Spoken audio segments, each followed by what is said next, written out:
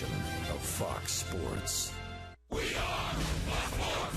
We are Arizona.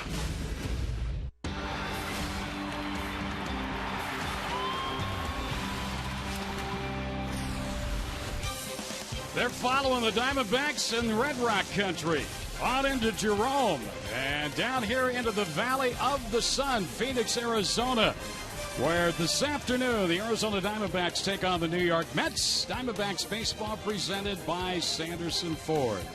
Take a look at the standings here, and you can see the Giants have already won their ballgame this afternoon behind Ryan Vogelsong, 5-2 over the Marlins in Florida. So the Diamondbacks lead currently a game and a half in the National League West race.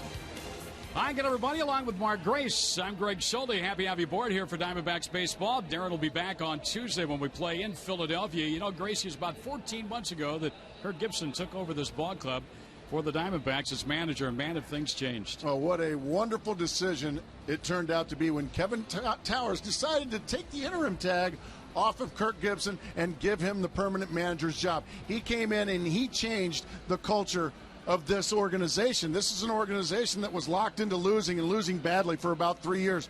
Kirk Gibson, he has taken this team now, and he's got them believing they can win day in and day out against anybody. Well, and as good as it's been so far for the Diamondbacks, there is still a long road ahead for the Diamondbacks to that finish line. Kirk Gibson with our Geico quote of the game. There's a long way to go. And our character is yet to be determined. I mean, it looks like we've got a lot of character. It's yet to be determined, trust me. It's going to get down and dirty. It's going to get nasty. It's going to get frustrating. It's going to get much, much, much tougher, physically and mentally. But we try and keep our team in a position where we'll be able to withstand it. I think in so many words what he's saying is right now they've got good character. They're in first place. They're winning. But what he's warning about is an upcoming road trip after today, Greg. It's going to get very difficult going to Philadelphia, Atlanta, and then Washington. Some guy by the name of Halliday is going to start that first game in Philadelphia for the Phillies. But that's then. This is now our native New Yorker, Jason Marquis, looking for his first victory. As a member of the Diamondbacks, the native New Yorker will take the mound against the New York Mets. Diamondbacks and Mets, stay with us. It's all coming up.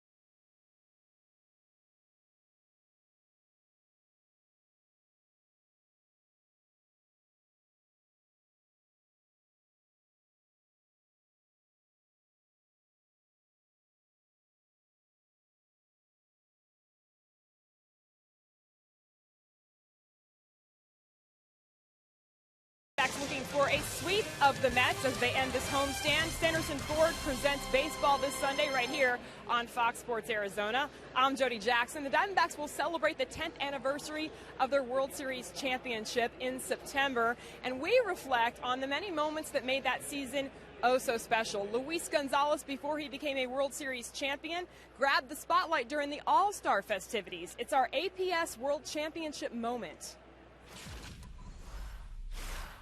Although Luis Gonzalez had hit 34 home runs at the All-Star break, he was not the favorite in the clubhouse in the Home Run Derby. Barry Bonds, Sammy Sosa, Jason Giambi, and Alex Rodriguez were among the stars trying to hit the ball out of Safeco Field in Seattle. A-Rod went out in the first round, Bonds and Giambi in the second. And in the finals, it was Gonzo versus Sammy. Sammy hit 2 out in the final round. Gonzo hit 6 and was crowned Home Run Derby champion of 2001. Diamondbacks looking for some more championship moments here in 2011. But first, you may remember the Mets swept the D-backs back in April. Can the D-backs return the favor today? Would be a 7-3 homestand if they get the win. They're looking to finish strong here before heading out on the road. Stay with us. First pitch next.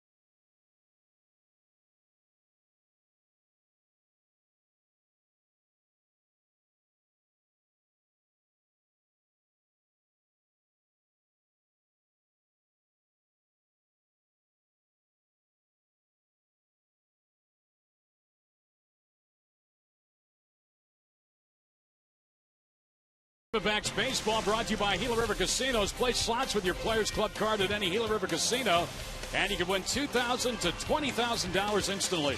By Jack in the Box, come try the new Jumbo Breakfast Platter for just $2.99 plus tax at any participating restaurants. And by Southwest Airlines' new Rapid Rewards, unlimited reward seats and no blackout dates.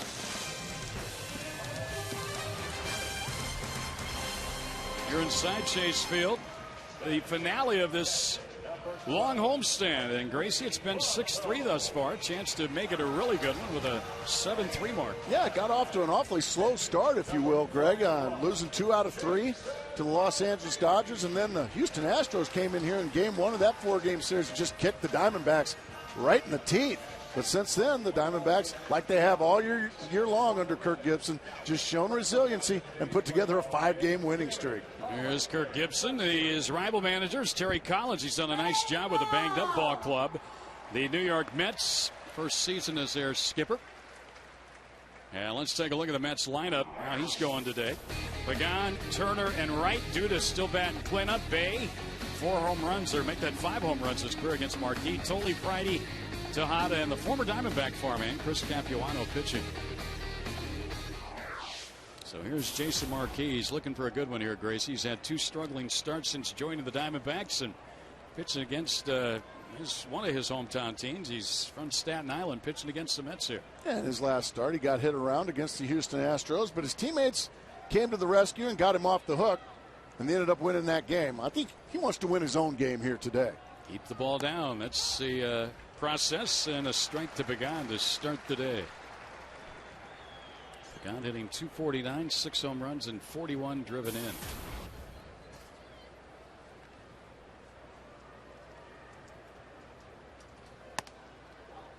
just missed the inside corner. Good effort there from Marquis.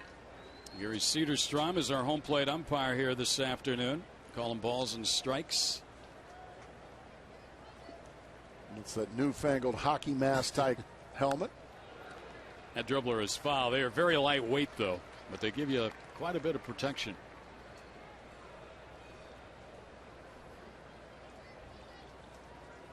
What do you think? Is that a good baseball? Is that one I keep?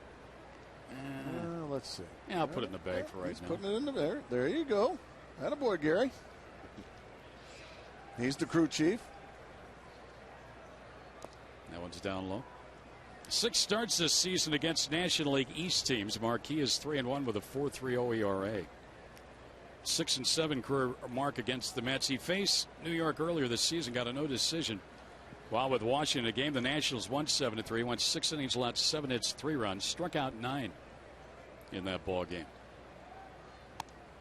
Ooh, that one just missed. Tried to get that inside corner again. It came back, but just not quite enough. And all of a sudden now it's a full count on Pagan. You can see that ball just stays a little too far inside. So good at bat by a leadoff hitter here. This is the 6th pitch of this at bat, and a ground ball to the right side. Goldschmidt with Marquis getting over there in a hurry, and they got him in a nice play. Pagan can run. David Robleski and Associates takes us through the Diamondback defense. A little different look today. Cowgills in left with Young in center, Upton in right. The infield's different. Burroughs is at third today. Bloomquist at short. Roberts playing second. Goldschmidt at first, and Blanco catching Marquis. Well, one thing we know about Kirk Gibson, he's very consistent about keeping all his players active. He's going to give it. If you play for the Diamondbacks and you're a role player, you're going to get a couple of looks a week. There's a strike call. Well, Gibby has clean shaven today now. You're not supposed to shave during a 5-game winning streak, are you, Greg? Did you tell Gibby that today? I did not. Taking his chances with it. Tapper the plate foul, and that got Turner.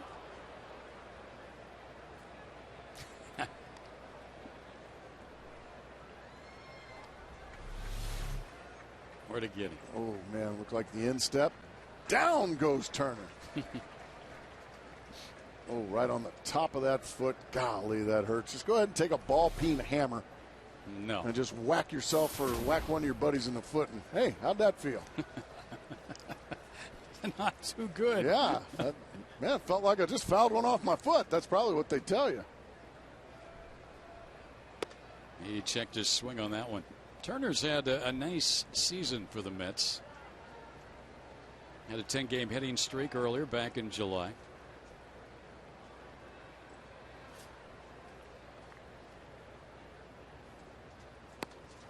And Marquis carves up a strikeout. 2 quick outs here in the first inning. What a beautiful slider there from Jason Marquis.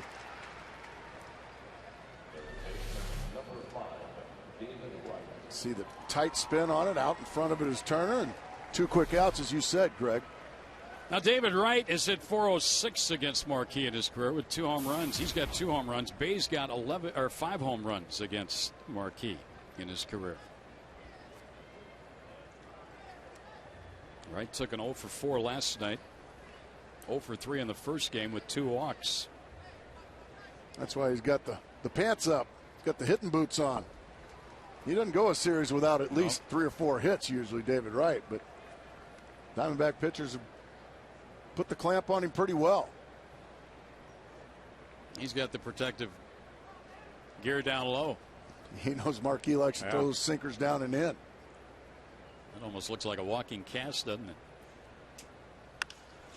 He got one in the air into right field. Upton's got a long run, and he won't get it. Wright's going to try for second, and he'll get in there sliding with a double. Well, Justin Upton must have been playing on the warning track at about the pool area to not come up with that one. I mean, that ball really had some hang time. And you can see Justin's nowhere near it.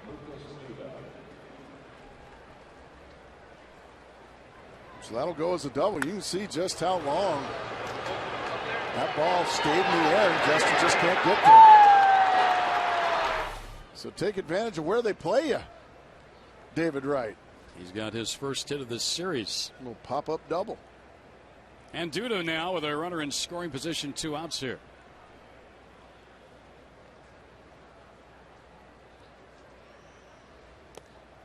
Into the dirt. Nicely handled by Henry Blanco. The veteran backstop. Used to play with this Mets ball club. You see Duda's numbers this year.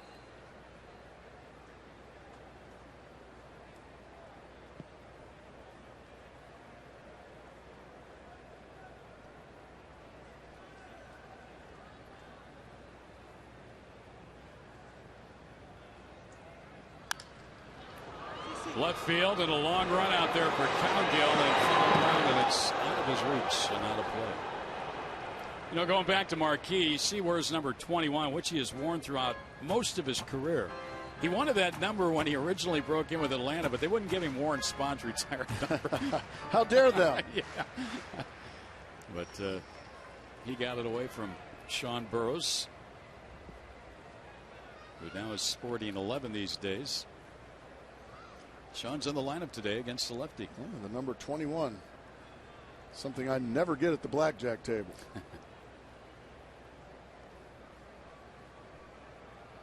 Oh, good pitch to the inside corner there. That's the one he was trying to get on Angel Pagan. Just got it a little bit too far inside of Pagan. To lead off the game. You can see that's a weapon he likes against left-handed hitters. He likes to start that thing at those left-handed hitters' front hip and bring it back to the inside corner. That was a thing of beauty right there by Marquis.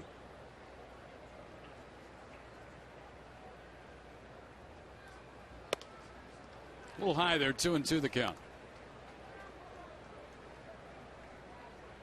Here's what you're talking about, Greasy. Watch it start at the front hip. It buckles Duda, and right back to the inside corner it goes. Good late movement. Changeup might be just what the doctor ordered here. He threw it, but he missed with it. That was the pitch. Yep.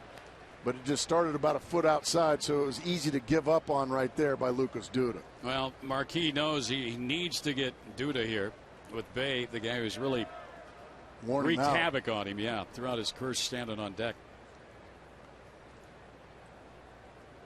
Payoff pitch coming up here with right at second. He doubled with 2 men out, opening inning.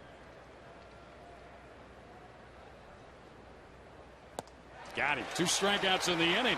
And that's it. Mets leave a man. Diamondbacks look at Chris Capuano when we come back.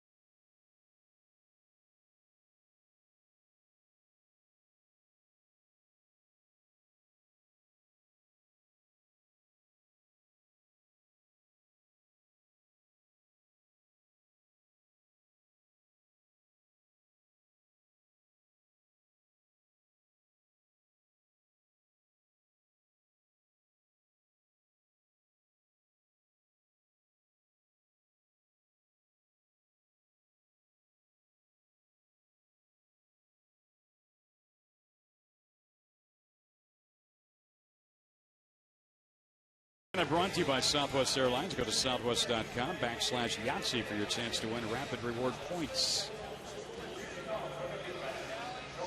And he's always managing, isn't he? Yeah, he is. Always talking. Bloomquist, Cowgill, 2.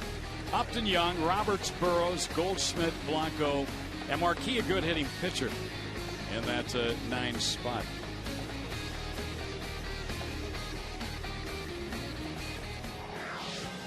And there is lefty Chris Capuano.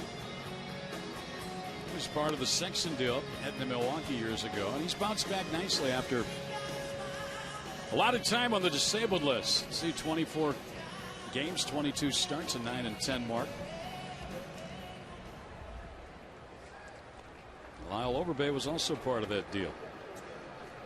And now they're opposing one another here on this Sunday afternoon, although Overbay is not in the lineup today. Capuano ready to go. He was an 8th round pick by the Diamondbacks back in 1999 and got into 9 games, 5 starts for him in 2003. And Willie Bloomquist, who I'm sure has got a big old welt on that left elbow area,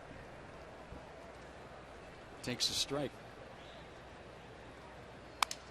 Broken back ground ball to second. Turner's got it. Throws him out, one away. Let's take a look at the Mets defense. And outfield to Bay, Pagan, and Pridey. Left to right. Third to first around the infield. Right to Hada. Turner and Duda. Tully and Capuano. Battery.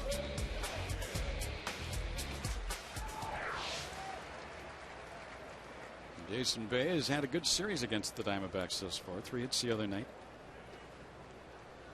Capuano with Milwaukee won 18 games back in 2005. He won 18-12 that year in 35 starts. That's 30 decisions.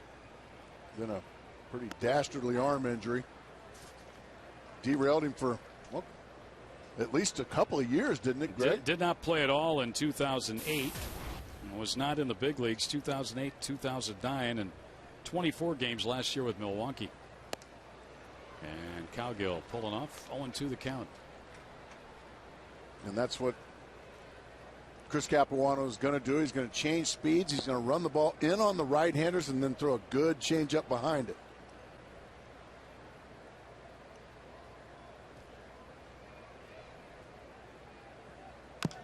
And a tapper foul.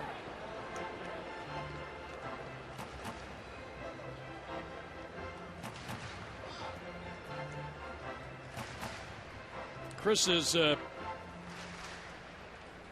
he's going to be 33 here in a few days. August 19th. Makes his home in Scottsdale. 6'3", 221-pounder. And he misses inside the Cowgill. That's that fastball in we were just talking about. That's what he likes to do, and then throw the changeup behind it. When he's right, he can be tough. He's a Duke Blue Devil. That's into center field for Pagan. And 2 up, 2 down here. Yeah, this is a nice bounce back year for him. I think he's established again that now healthy, he can. Yeah, he can be a serviceable major league pitcher and somebody you can count on to give you a solid outing about every time out. Well, 2 out here is Upton. Justin, 304 average, 13 for 36 on the homestand, 7 RBI, 8 runs scored. And a shot to center. Pagan can't get it. All the way to the wall. Upton on his way to second with double number 34. My goodness, he's was locked that and ball loaded these days. scalded. Goodness. Pagan thought he had a beat on it until that extra kick that a baseball has when Justin Upton hits it. He thought First pitch fastball, bang, and then Pagan thought he had a beat on it until that until he hit it. Yeah, until something kicked that ball in the fanny, and it was by him. Boy, was that ball blistered. Well, the Diamondbacks get a 2-out double, just as the Mets had done in their half of the first inning. And Young will see if he can get him home. He takes a strike.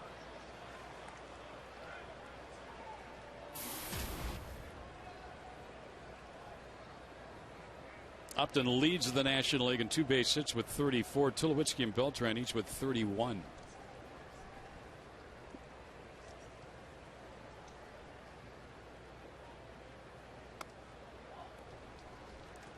Well, you have a lot of doubles, you have a lot of home runs, you're going to have a lot of total bases. And let me guess, he leads the league in total bases. 256 now. Matt Kemp, 249. It's pretty good company. Yeah. Young fouled it back. Now look at this trio we're going to show you. All right, what do we got? Upton, Tulowitzki, and Cabrera. 125 hits at least. 30 or more doubles and 20 or more home runs. Those are the three in the bigs.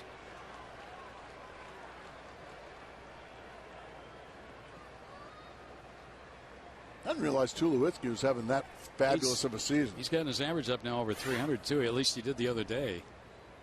Here's a fly ball to center for Pagan. And like the Mets, the Diamondbacks fail to get that runner home. No runs a hit after one, no score.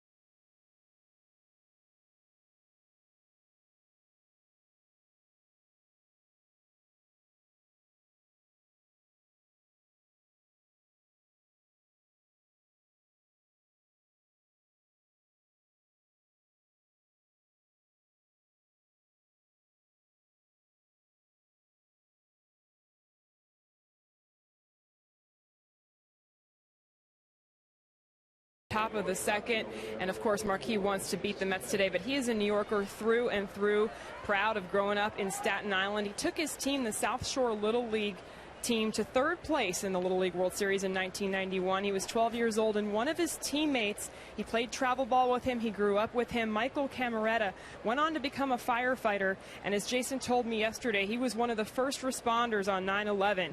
Cameretta lost his life that day trying to save others, and it certainly, the events of September 11, 2001 affected that Staten Island area greatly. As Marquis reminded me, Cameretta was just one of the firefighters from his neighborhood that lost his life, and it's a very close-knit group in that neighborhood that he still calls home, guys. All right, Jody. Great story, Jody. Very sobering thoughts on that. There's a ground ball hit here to short by Bay. He's going to retire Bay. Bay had had big-time success against Jason Marquis, but this time just an easy ground ball to short. So far, so good for Jason Marquis. Here's Josh Tully. You know, Jason was approached by the New York media, being a Staten Island guy, and he said, obviously, my thoughts right now are helping the Diamondbacks get to the postseason. I'm a member of the Diamondbacks, but, you know, come the offseason, sometime down the road, he would like to play for one of his two hometown teams, perhaps the Mets or the Yankees. Now, did you grow up a Mets fan or a Yankee fan? You're not allowed to be both, are you? No. Yankees. He was Yankees. He was a big Don Mattingly guy.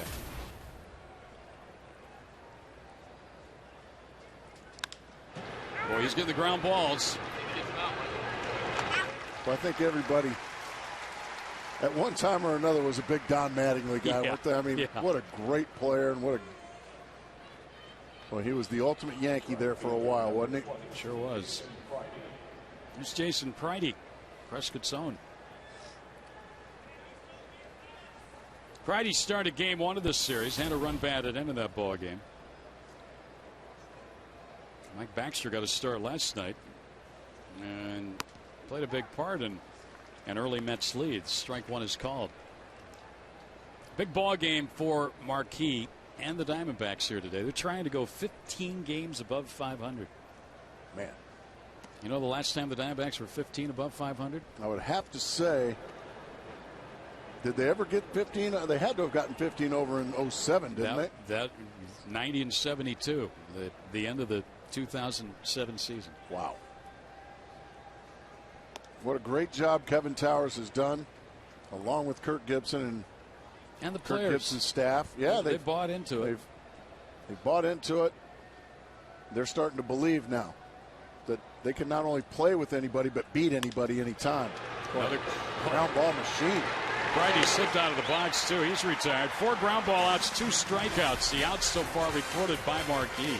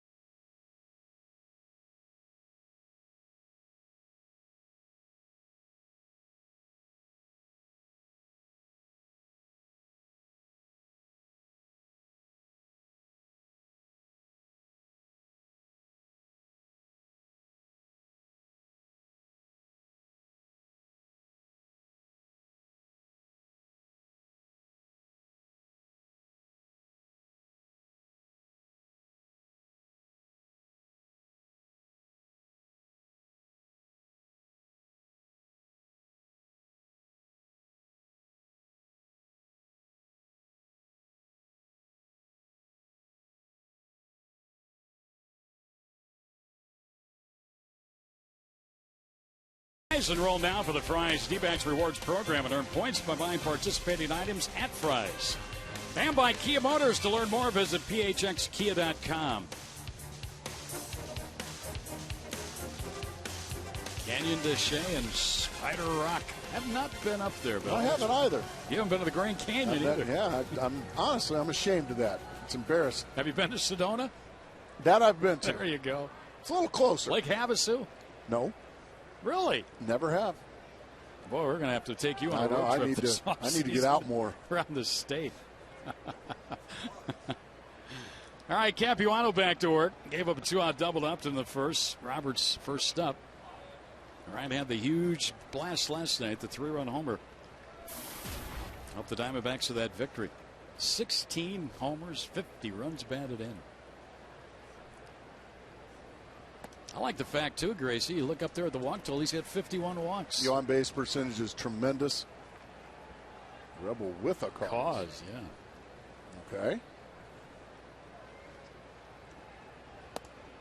That's a fast strike right down Broadway. Taken all the way was Ryan Roberts. Roberts, Burrows, and Goldschmidt here.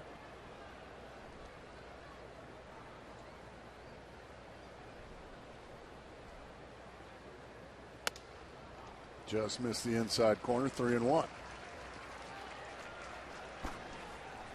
Kind of crossfires those right-handed hitters, doesn't he?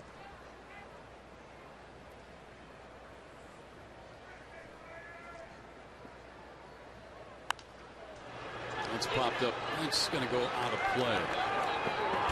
Well, for Ryan Roberts, it has been kind of a roller coaster ride, and he has really appreciated Kirk Gibson sticking with him. You see the first 22, and then a long stretch. But boy, the last 15, he and Upton have really been carrying this club. I love it when we go OPS on our graphics too.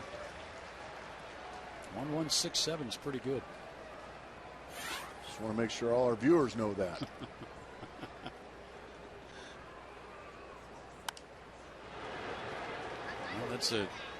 How long has that been the hip thing now, OPS? How many years you think?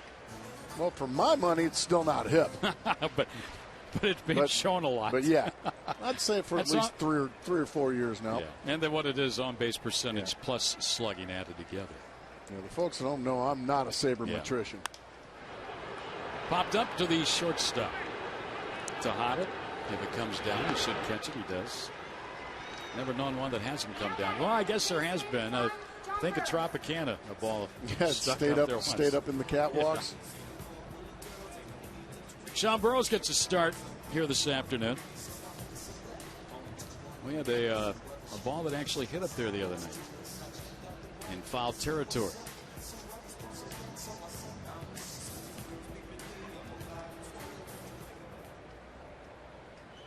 Burroughs hitting .254 on the year. 3 extra base hits, all doubles. Facing the lefty, Capuano.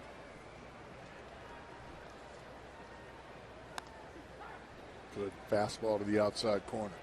With Johnson, Parra, and Montero all out of the lineup today, it was going to be pretty much a dominated left-handed hitting bench. Swing and a miss, strike 2 with Overbay joining the club. But Ransom is a right-hander available as a pinch hitter late in the ball game. Burroughs getting the start at third, but he's down 0-2 to this lefty. Ransom on the left, Parra on the right.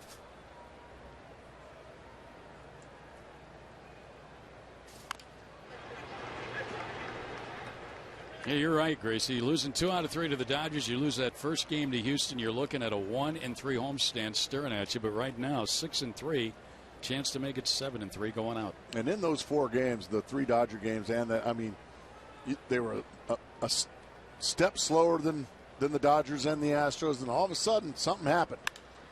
Nice play by Tejada, and throws Burroughs out for out number 2. Well, take the Diamondbacks wherever you go this season. Subscribe to MLB.tv today to see every Diamondbacks game on demand on your computer. Visit dbacks.com for details. MLB.tv, baseball everywhere. Paul Goldschmidt had a forgettable night at the plate last night, but did make some nice plays in the field. Turned a big double play, didn't he? He sure did. 4 strikeouts in the ball game. Outside ball 1.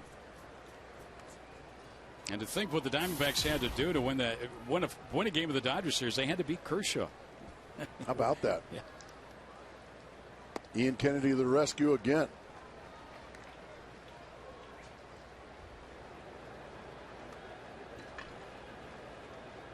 Ian's next start will come against Philadelphia. Cody Ransom hit a big home run off of Clayton Kershaw. Big swing and a miss by Goldschmidt. Just a fastball up and out of the zone. All right, by Paul Goldschmidt. Can be said right now, growing pains. Because if every major leaguer goes through it.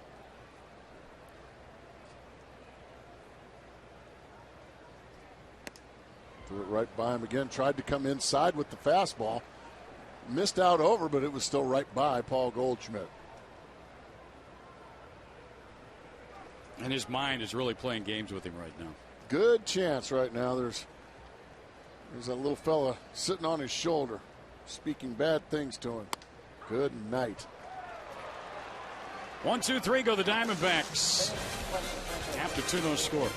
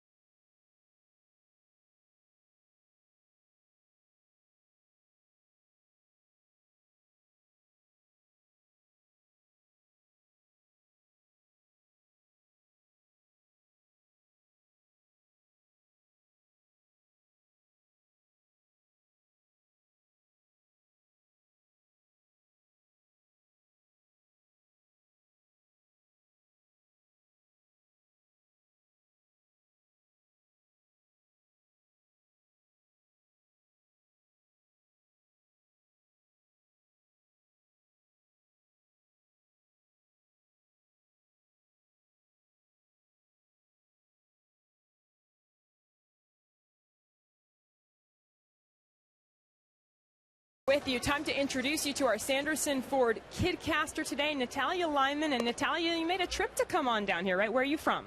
I'm from Snowflake, Arizona. Snowflake, okay. How far away is that via car? That's about 3.5 hours. Oh, wow, okay, quite a drive.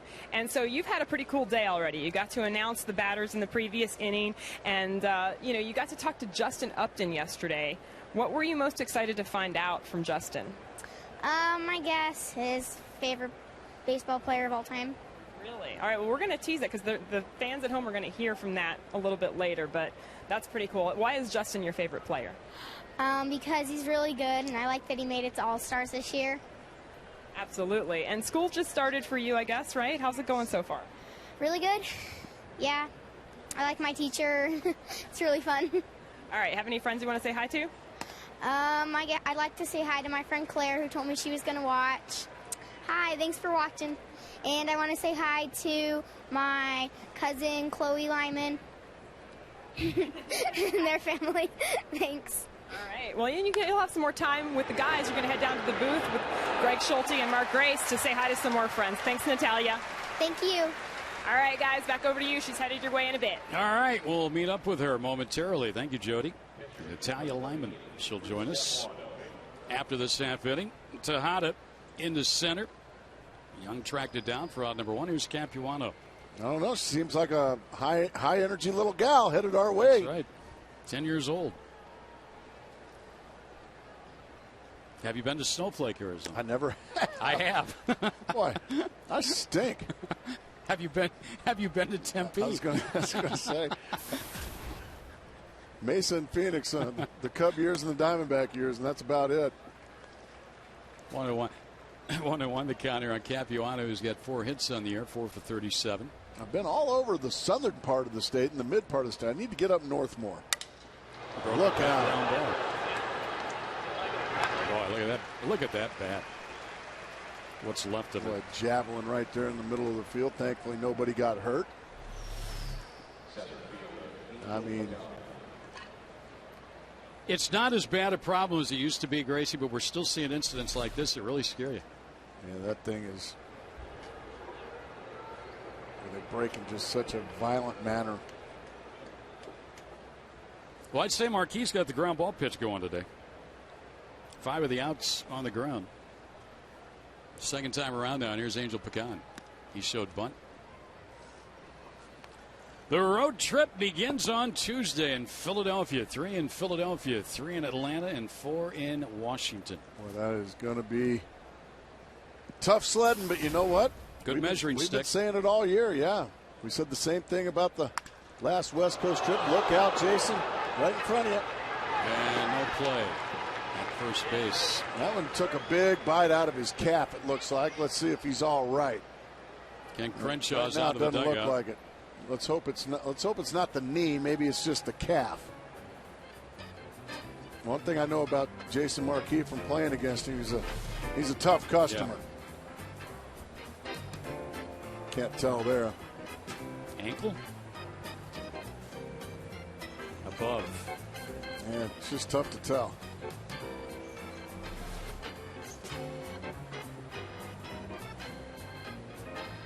Diamondback trainer Ken Crenshaw's out there, along with Charles Nagy. Well, that would be a big blow to the Diamondbacks if Marquis stiffens up and can't go, because he's throwing the ball awfully well here this afternoon. He needed to for his own confidence. Yeah.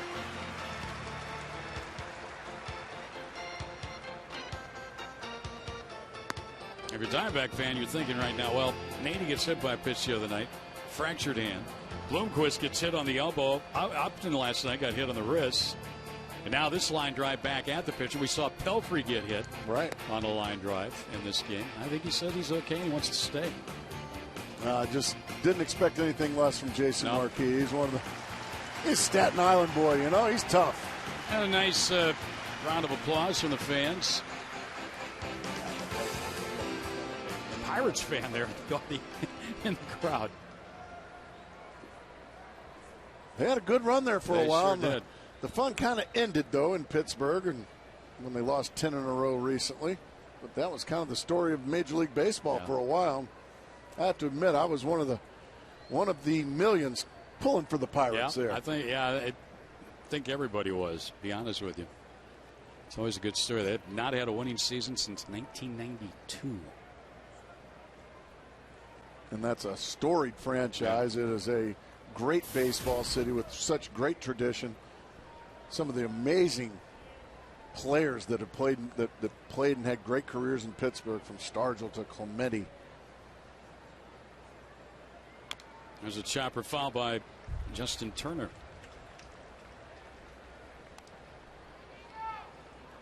And then some of the teams that I played against and that you said, like in the early 90s with Bonds.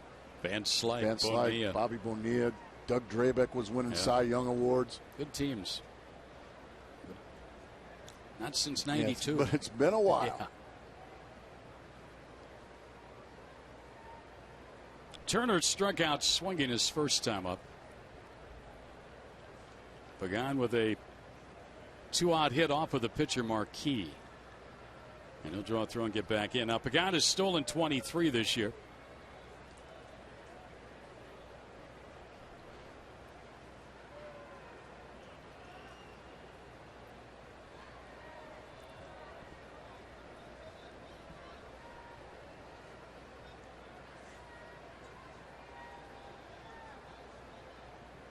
They pitch out, thinking Pagan might be going, but he was not. 1-1 the count. Oh, with 2 outs. If I'm Jason Marquis and the Diamondbacks, let's just concentrate on Justin Turner here, and Pagan can steal all the bases he wants. If you get Justin Turner out, he's not going to score.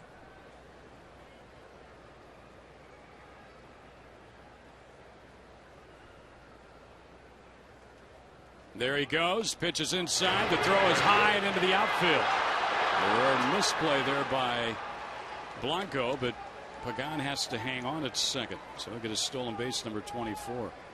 Well, he had a huge jump, too. It looked like that ball just slipped out of the hand of Henry Blanco, usually a very trustworthy thrower of the baseball. You see that ball just gets away from him. Nice job there by Chris Young backing up. It looked like his mask slipped also right at the last second as he was just starting to throw that ball. So now that runner in scoring position with two down and a 2-1 count on Turner.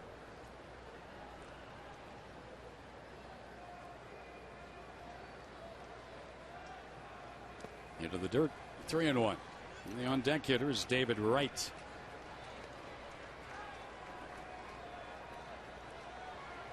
Blanco now going to go out and have a conversation with Marquis.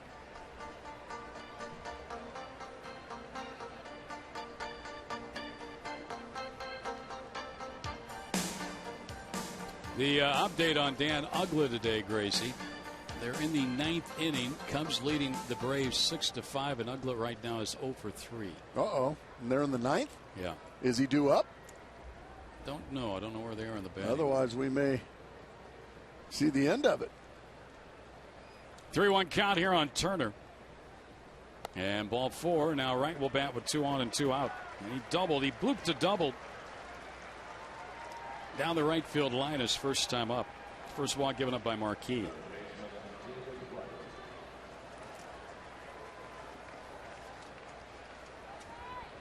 Wright has one of the 2 Mets hits.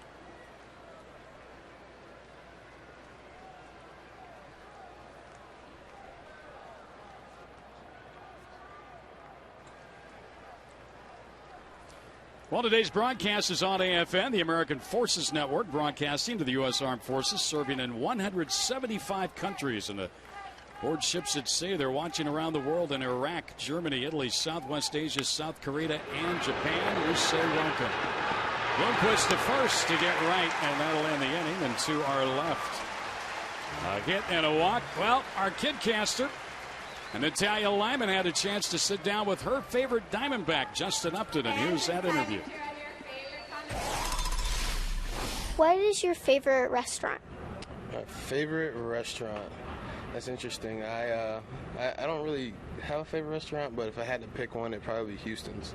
I love going there and having the ribs and their steak. That's cool. Were you surprised you made it to All-Stars this year? Yeah, we had a lot of good players on our team. Ian Kennedy had pitched well. J.J. Putz, had 20-plus saves. So it was an interesting array of guys we had here on the team. So it was definitely exciting to get picked. That's cool. Who's your favorite baseball player of all time? Favorite baseball player of all time is Derek Jeter. I grew up playing shortstop, and he was a guy that I looked up to. So, he's definitely one of the guys that a lot of players looked up to, and he was my favorite player. What was your favorite school subject? Favorite school subject? I liked history. History was my favorite. Math was my worst, but history was it was fun. I liked taking in that information because it always kept me pretty interested in that stuff. What was your favorite grade you were ever in? Favorite grade? It's bad that I look at it this way, but my 10th grade year of high school was fun because that year we won a state championship in baseball. That's cool. Thank you for doing this with me. All right, thank you. Thanks. That was a big league interview, wasn't it? Absolutely. Yeah. Nicely done. How are you? Good. Well, welcome to the booth. This is where all the magic happens up here. That's so cool. You had a good time interviewing Justin, didn't you? Yeah, it was fun. What was your favorite question to him? Who's your favorite baseball player of all time? Probably that. Who'd he say, me? No. Who'd he say? I can't remember. It was Derek Jeter, wasn't it? Yeah. It was Jeter. Derek Jeter jersey here. Yep, there it is. Well, they call you Tally, right? Yes. And you're from Snowflake. Mark Grace has never been to Snowflake, Arizona. He hasn't? Can I come up and, stay at your house? Yeah, that'd be cool. There's where your mom and dad won't is. mind, will they? Oh. They'd love it. You see that map right there? Okay. Yeah, there's Snowflake. Yeah, And Tally, how far was it again? How far a drive? It's probably about 3.5 hours. But it's a pretty drive, isn't it? Yeah. Yeah, really nice. It's a little cooler up there this time of year than down here, huh? Yeah. Yeah. Feels good. So you've got your parents here. You've got, a brother and a sister also? Yeah. What's your brother's name? My brother's name is Colby. Colby. How about your sister? My sister's name is Kaya. And Blanco lands a single to left field. You're a good luck charm. How about that? Yeah. That was pretty big league, wasn't it? Uh-huh. I saw him the other day in the dugout. Well, a little bit more about Natalia. Again, they call her Tally. Yes. Favorite other team, San Francisco Giants. Oh. What's the that matter all with about? you, Tally? The Giants, huh? Yeah. And SpongeBob? Yeah, SpongeBob, I like him. He's funny. He's pretty funny, isn't he? Hilarious. Gracie's funny, too. Just stick around for a while. Oh, man. Yeah. It's, SpongeBob's a lot funnier than me. He is. Marquis obviously in a bunch situation. Well, not obviously. He pitches outside. He's a good hitting pitcher. He's got 8 hits this year. He's a former Silver Slugger Award winner. What position do you play in baseball? I play second base. Second base? Second base and pitcher. I bet you're fast. Yeah, I guess. Yeah, I am. I've never been able to say that. I was a kind of a I was a pack mule. You're still a good ball player. Well, thank you. You know what? We're going to get along really well. I hope. Tally, have you been here at the ballpark before? Yes, a lot. You like this ballpark? Yeah. Nice, isn't it? Been here more times than I can count. Really? Yeah. That's good. Good Diamondback fan then. Yeah. It's been a fun year, hasn't it? Mm-hmm. Yeah, hopefully it keeps going here. Yep. That's a strike to Marquis. 1-1. Well, what do you want to do when you become an adult? What's your lifelong ambition? I kind of want to be a fashion designer. I like designing clothes. Maybe she can design baseball uniforms. Yeah, see, maybe design something like that you got on. What do you think? Yeah, that'd be cool. A fashion designer. Yeah. Like Oscar de la Renta or something like that? Yeah. I see. Something like that. That means you live in a big old mansion down in South Florida. Yeah. That would be awesome. Or maybe in Snowflake. Yeah, Snowflake. Yeah, Snowflake would be even better. Stay there. Now, have you started school yet? Yes. You're back in school. Do you have a favorite teacher? My favorite teacher's name is Mr. Smith, and I really like my one this year, too. Oh, yeah? Why don't you look in that camera and say hi to him? Hi, Mr. Rencher. Well, we got to get you on camera first. Guys, down there, there you go. Yeah. Now do it. Now hi, Mr. Rencher. There you go. You're awesome. Brownie points are always a good thing. You'll see, Tally. What grade are you in? I'm in 5th. I really like it. You do like school. You were happy that school, it's back? Yeah, same time I was disappointed, you know. I like summer, but school's pretty fun. Yeah. I always say, once I have, now how old are you? You're in 5th grade, you're 10? Yeah, I'm 10. Okay, I have a 10-year-old also, and a 7-year-old, and I always say, once school starts back in town, or once school starts back, I get my house back. Yeah. And I'll bet you that's what your parents are saying, too, huh? Wait until they're all grown up, and then they come back. And they're up here in the booth. That's right. Congratulations on getting your home back. Well, this is a fun experience for you, I bet. Yeah. Been looking forward to this? Yes. Has it been as much fun as you thought, or maybe more? More. More? This is so cool. So have you ever done any play-by-play? No, I really haven't. I kind of just announced the players over there batting, but really no. Okay, now this is Willie Bloomquist coming to the plate. So when Willie, whatever happens here after Willie gets a hit or whatever happens, the next player is going to be Colin Cowgill.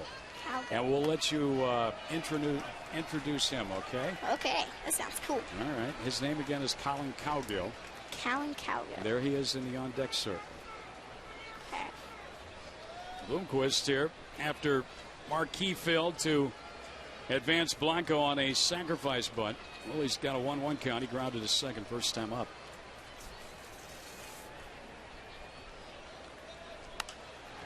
That's out of play. Again, our Sanderson Ford Kidcaster is Natalia Tally Lyman out of Snowflake, Arizona. Yep. And what made you decide to want to be a Kidcaster? I've watched the Kidcasters, and it just looks so fun. And you're having a good time, aren't you? Yeah. Yeah. See, high energy. You know, the timing is great for you because Darren's not here. I mean, that is such amazing timing. You got Greg Schulte. You know, he's been here since the beginning. Yeah. Since the Diamondbacks' very first game. Greg Schulte did it. Did you know that? 1998. That was not a very good year. We didn't win a lot of ball games that year. Greg was sitting right in that chair, and they built Chase Field around him. Yeah, right. Boy, that is a long time ago, isn't it? But that was fun. It was. 2-2 and a throw to first. You like the red? The Diamondbacks' red uniforms? Yeah. Pretty, aren't they? Mm-hmm. I like their Saturday night ones, the black ones. I like the Saturday blacks too. Yeah. How would you do anything different with the design of the uniform? She's got some ideas, I can tell. I might put a diamond snake. Yeah, a snake around their numbers, like surrounding the number like that. You're good luck. There's a base hit into right field. Now the hitter coming up, his name is Colin Cowgill. Here again, Natalia Lyman. Let's go to the replay first, Natalia. Yeah, tell us about the replay here. Can you see it? Yep. There you go. Tell us about it. That's a nice hit. Keep going. I so wish I could hit that far. That's so cool. These guys can do that. Yeah, they're amazing. They're pretty amazing. They are pretty amazing. Not as easy to do as it sometimes looks. Yeah. Gracie, you can vouch for that, right? That's for sure. You know what? I haven't gone 0 for 4 in about 7 or 8 years now. It's great. It is great. What do you think, Colin Cowgill? He should break this tie, don't you think? Yeah, I like Cowgill. I just think it'd be the right thing to do. Yeah. Get the Diamondbacks on the board here. Ball. There you go. Go ahead. I'm just getting nervous. No, don't be nervous. Not as nervous. It's just me That's and Greg. sure. You've been perfect so far. You've been the star of this show. We heard you announcing. We heard your interview with Justin. Yeah. Yeah. Now it's Colin Cowgill at the plate, and the count is 1 ball and no strikes. So you go ahead and take it away here, Tally. With a 1-0 pitch. And it's a pop-up into out. Yep. Catcher Tolley caught it. Yep. All right, Justin Upton now. With an opportunity. He's your favorite player, right? You got to interview him. I like Upton. Was he nice? Yeah. He was a really nice guy? Yeah, he's a nice man. Actually, when I first saw him, I had a funny feeling in my stomach, and I felt like I was going to throw up. I was so nervous. I was so nervous. Most women want to throw up when they're around me. I like you. Oh, you're sweet. You're sweet. You've got bad taste, but you're sweet. You know, Justin got done with her interview yesterday, and he looked at the reports. He said, she was better than you guys. She didn't stammer or anything. She just got those questions right out. That's nice. Let's see if he can continue his hot streak here. Yes. I think it's only fitting he gets a hit while you're up here in the booth with us, right? It's 1 strike and 2 outs. Henry Blanco and Willie Bloomquist are the runners. No. Do you guys think he's the hottest hitter in baseball? I think he's very close. I think Dan Uggla is the hottest hitter in baseball. You know who Dan Uggla is? Plays for the Atlanta Braves. He's got a long hitting streak going, I think. Might have got snapped today, but yeah. Justin Upton is right there with Dan Uggla as the hottest hitter in baseball. Yeah, he's been doing awesome. He sits 0-2 now. And inside. He tried to hit him, didn't he? Yeah. Did he try to hit him with that pitch? Might have been trying to get revenge on his. That's right. Were you here last night for the game? You were, weren't you? Last night my brother and my dad were. That was a nice win. By the way, Uggla's hit streak was snapped at 33. Snapped. So Justin can become the hottest hitter. Yeah, that would be cool. Yeah. That's what you call low and inside with that pitch, Tal. What about the MVP? Do you think he has got a shot at that? I think he's going to be, I think a lot's going to depend on how he finishes the season, but I think he's certainly, his name's starting to be mentioned along with Prince Fielder and Ryan Braun and maybe Lance Berkman. Matt Kemp of the Dodgers. So, yeah, I think his name's starting to get thrown around a little bit. And fans are starting to get loud here, isn't it? Oh, they're nervous. See, they're having to have a meeting. They're nervous because of Justin. Well, you know a guy's going good when they want to talk about it on a 2-2 count. Justin scorched one his first time up.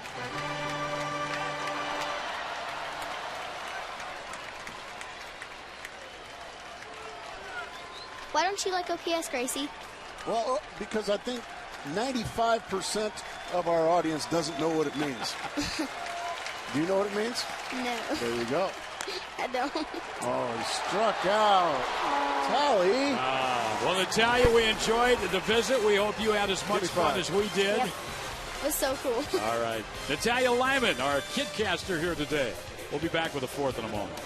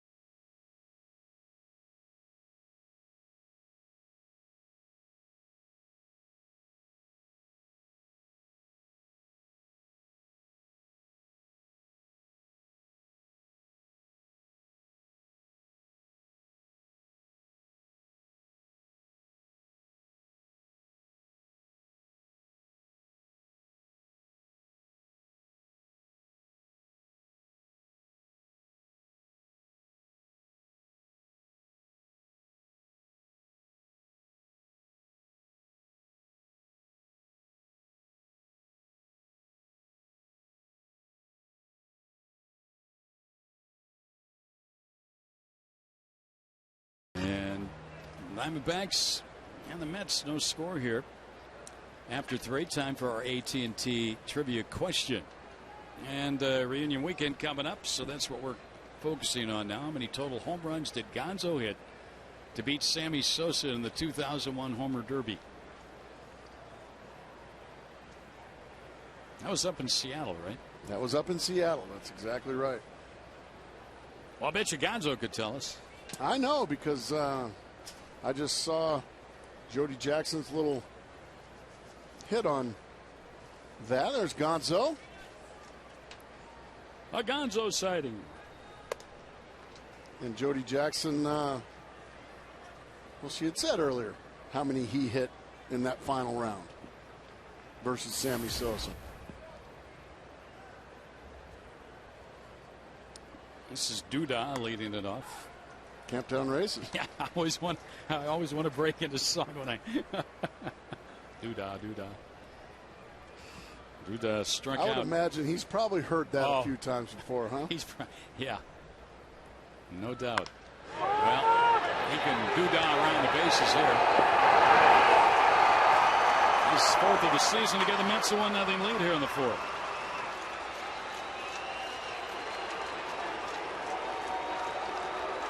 He takes a changeup and he blisters it a long, long ways. Just to the right of the pool. And it's 1-0 Mets. Changeup, stays in the middle of the plate. Bam. He just goes down and nails it.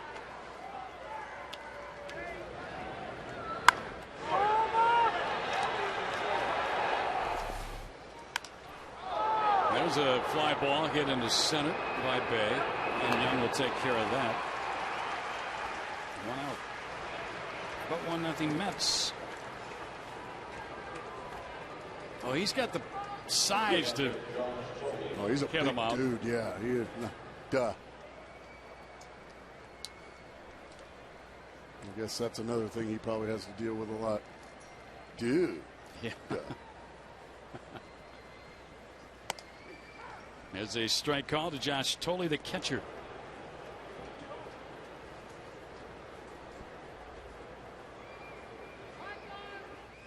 It's the 9th home run given up. I checked that. The 11th home run given up by Marquis, his 3rd since joining the Diamondbacks. 0-2 very quickly on Tolley. And both guys are down. Marquis is down on the mound. He's not getting up too soon. I think Marquis sprained his ankle and Tolley got hit by the pitch. I've never seen that in my life. I was just going to say, I don't know if I've ever seen a hitter get hit and the pitcher go down throwing the pitch. And they're tending to both. Like he rolled his ankle, maybe?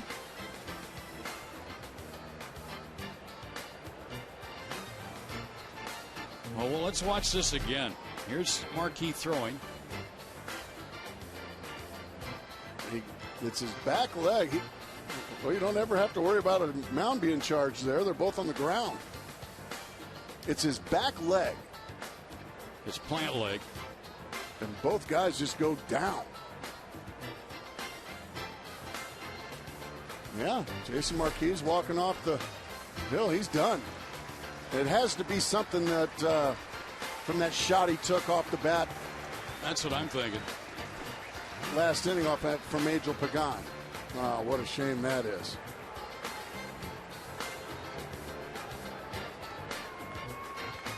So he will go to the clubhouse and get treatment.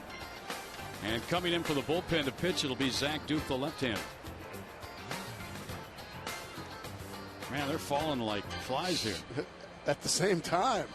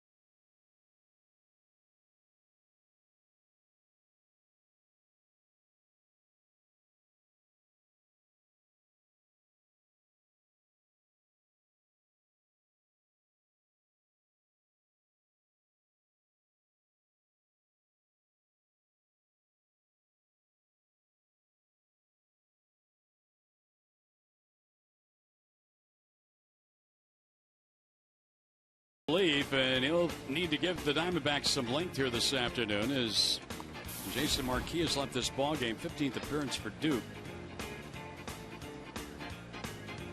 And he'll inherit a one-on, one-out situation. Well, this was earlier with Marquis on a ball hit right back at him by Pagan. You see where it hits him. They tended that. And now this is the upcoming on the pitch to Tolle. They both go down. Down they go. And he's grabbing the same spot where he got drilled by that line drive. I've never seen anything like that. No. Both guys just writhing in pain. One from the pitch and the one that threw the pitch.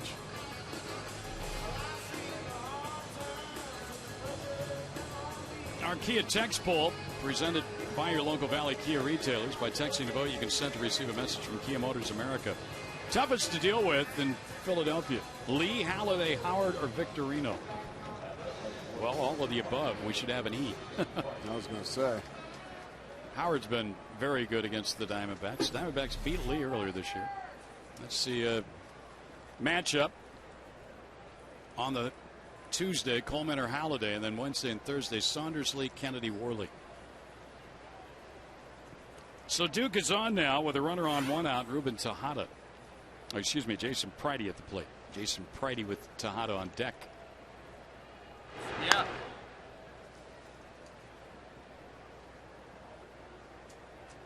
Well, Tolle did stay in the ball game, but he was writhing in pain. Yeah, he took a shot right in the kind of the same area where Jason Marquis was grabbing.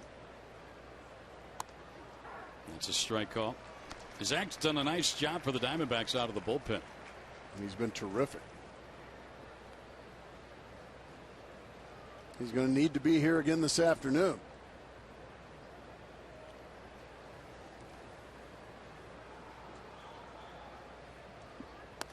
And that's another strike to Pridey. 0-2. Left-handers hit only 200 against Duke.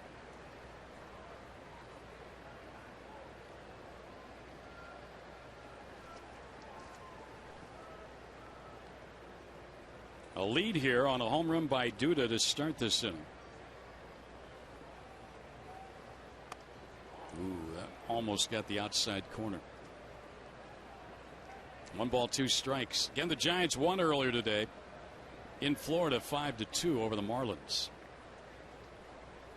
So the Diamondbacks need a win here to stay 2 up in the West.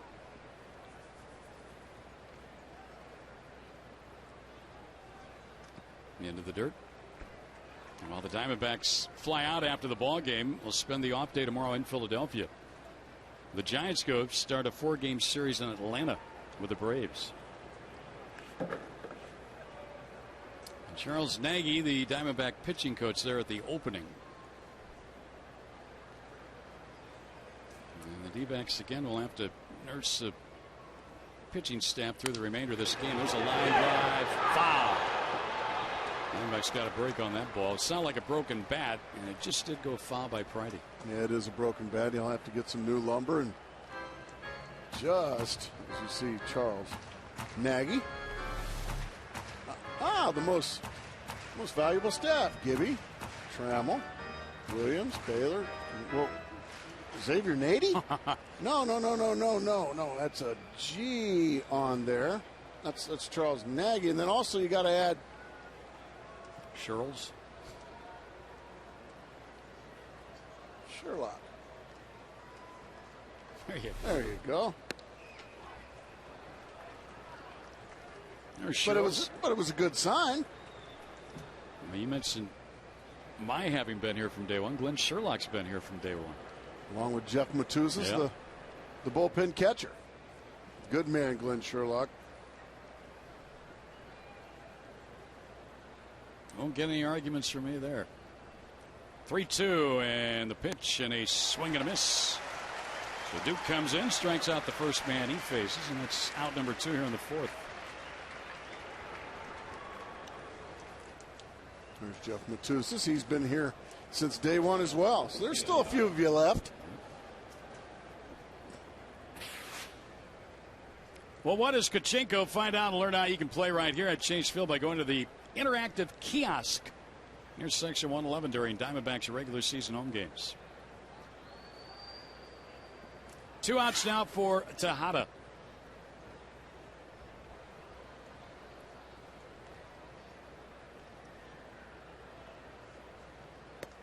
Good change up there from Zach Duke to jump ahead 0-1. It was Garza and the Cubs bullpen that shut down Dan Uggla today. Took an 0 for 3, but did have a run batted in. Well, it was a nice little run he had, didn't it? Terrific. And it wasn't so little after all. What, 33? Yep. About 13 more than I ever had. Did he go? Yeah, down at first. Corey Blazer said that's an offering, and that's 0-2.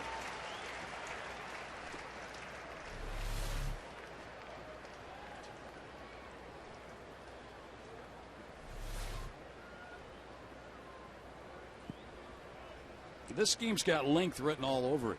We're 4th inning, and we're well over an hour old already. Lots happened. There's a foul. Lots happened for not a lot of runs on the board. That's exactly right. The injury to Jason Marquis. Let's hope that's just a spot in his leg that cramped up, and hopefully no broken bones in there. That was a wicked line drive that he took. Lucas Duda, he's been the offense here this afternoon. Got the spit going there and the beard. 1-2 now from Zach Duke.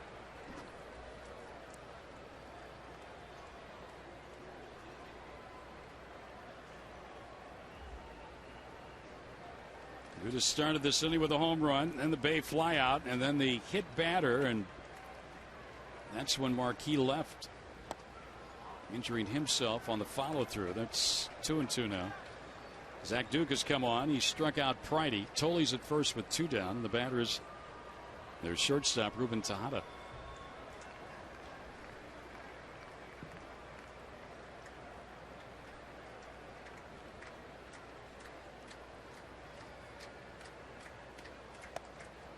Oh, 2 to 3-2 now is Duke trying to get Tejada to chase something out of the zone, and Tejada won't do it.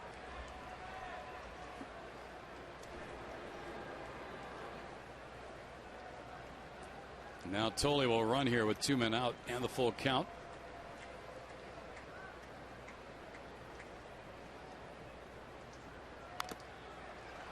And he'll hobble back to first. He's really gimpy running out there.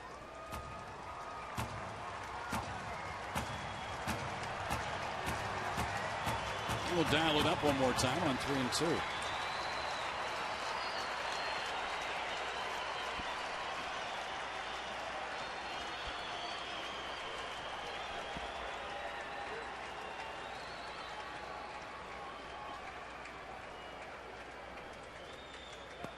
And there'll be 2-on-2 out now for Capuano on ball 4. So this half inning continues. Capuano grounded to second his first time up. You know, I've seen some long hitting streaks where a guy may hit 270, 250 if you go 1 for 4 every game. During the 30-game hit streak for Dan Uggla, he had 377 with 15 homers and 32 runs batted in. Fly ball into left center field. Young, and he's got it. Capuano split the outfielders, and Young had to go back and track it down. A run on the home run by Duda. 1-0 Mets.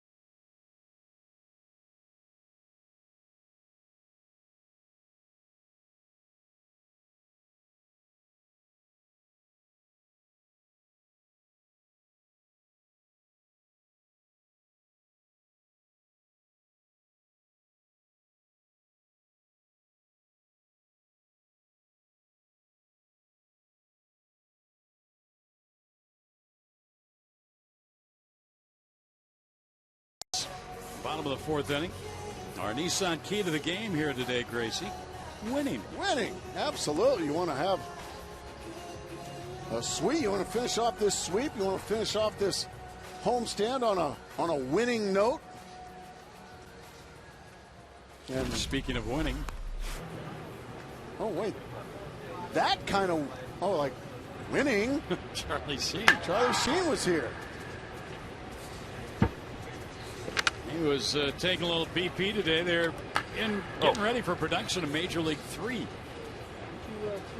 Not a bad swing. Duh. Winning. Wow. Yeah, he's feeling good about things. Yeah. I don't blame him. Well, that was earlier today. So our key to the game is winning. Yeah, get out there and win. Capuano's been tough through the front three. Diamondbacks have left three against him. He struck out three. A lot of threes. Outside ball one here to Chris Young leading off.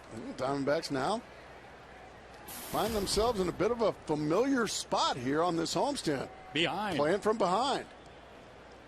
And 33 come from behind wins this year. That's lofted into the air. And the shallow left. Bay coming in. One out. Well, a long way to go, but we will remind you anytime the Diamondbacks score 6 runs or more, Taco Bell gives away 3 free tacos with a purchase of a large drink between 4 and 6 p.m. the following day at participating locations. Ryan Roberts hitting 5th in the order this afternoon. He's been all over in the batting order this year. Roberts has led off in that one spot 28 times. 17 times he has batted second.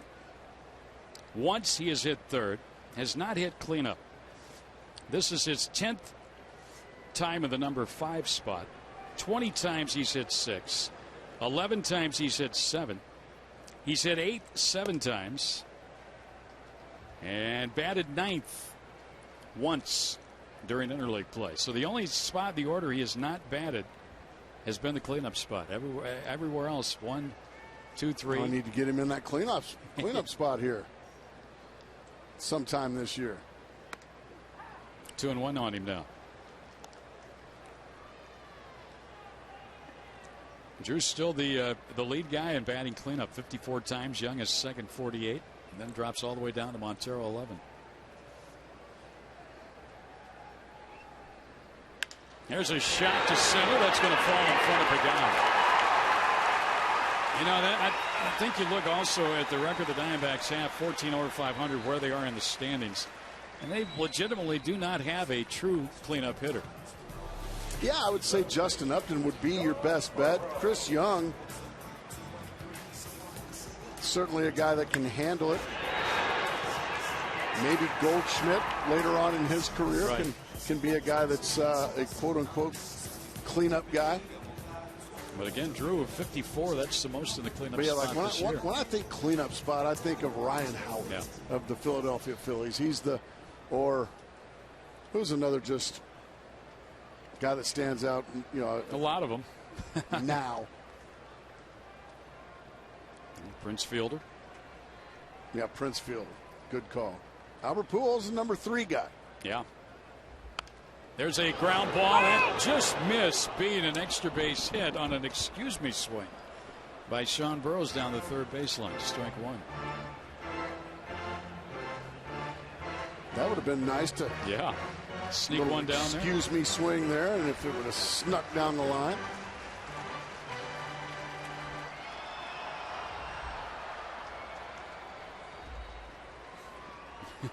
Yeah, bring the kids out too. They'll have a great time.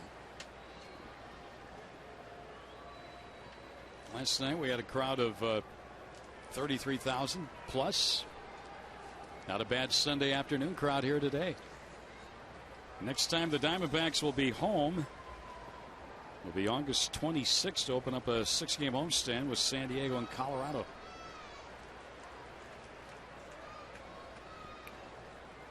There goes a runner. And Burroughs swinging fouls it. They play hit and run. Roberts had a great jump. But he's going to have to head back.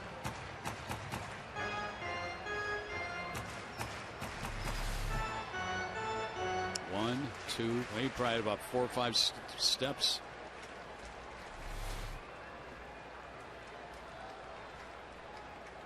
And he just gets back to first base. 0-2 the count on Burrows with Goldschmidt next. Burrows grounded to short first time up.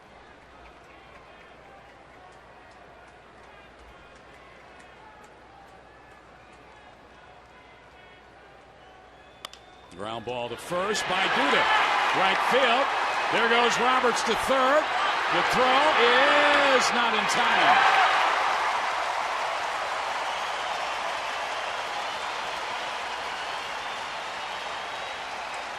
Ryan Roberts running the bases with reckless abandon, and Sean Burrows finding that hole. Didn't hit it all that hard, but you don't need to when the first baseman's holding on the runner. Just gets by Duda.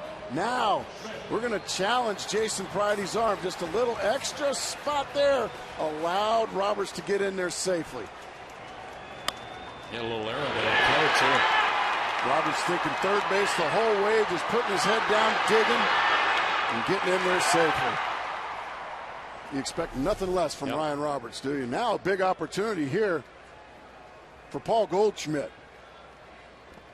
He's battling the strikeout bug right now. He's fanned 5 at-bats in a row. 4 last night, first time here this afternoon. And a called third strike. 5 Diamondback hits now. Back-to-back hits here with 1 out in the inning. Diamondbacks chance to tie. Now you're just looking for some contact. That's fouled out of play. Let's send it to Jody. She's got some information on Goldschmidt. Well, Greg and Mark, Kirk Gibson was asked about Paul Goldschmidt's 4 strikeouts last night. He said simply growing pains, but we feel that he is a dangerous hitter. We know what kind of power this guy has. He also loved the fact that he's doing a great job in the field, as you guys discussed last night on the broadcast with the double play that started and ended at first base. So growing pains right now, but we've seen that swing. It can be dangerous, and it can be beneficial for the D-backs. Now you're just looking for contact. Put the ball in place somewhere. Even if you hit into a double play in this situation, you tie up the ball game. I take that back. There's 1 out. I forgot about the pop fly off the bat of Chris Young to start this inning. So, no, double play would be no good, Greg. Come on. Get a hit. See what Darren has to deal with. Just get a hit. Just knock all 3 of you in. Good take right there. That was a good changeup from Capuano. You know, it's one thing to tell yourself as you're going up there, especially when you're a rookie, what you want to do in a situation. It's tough enough to relax. Oh, absolutely. You're trying like heck to.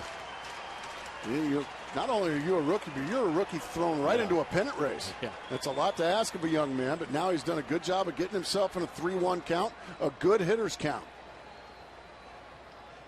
There's a drive, left field, that ball will get down. Bounces over the wall, ground rule double. 1-0. But when he hits the ball, God, it jumps off his bat.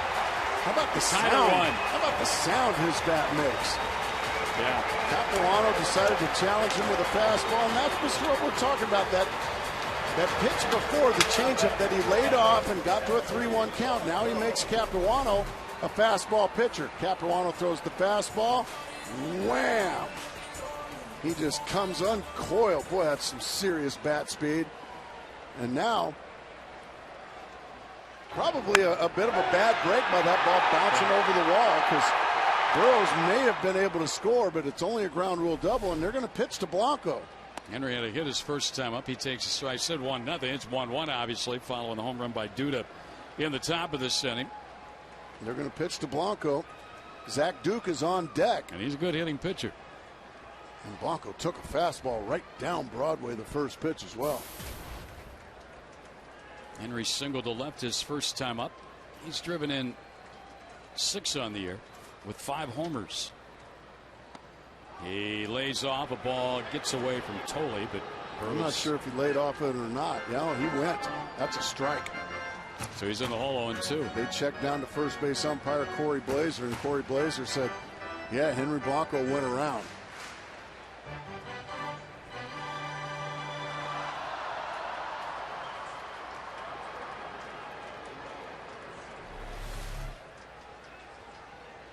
which was down and in.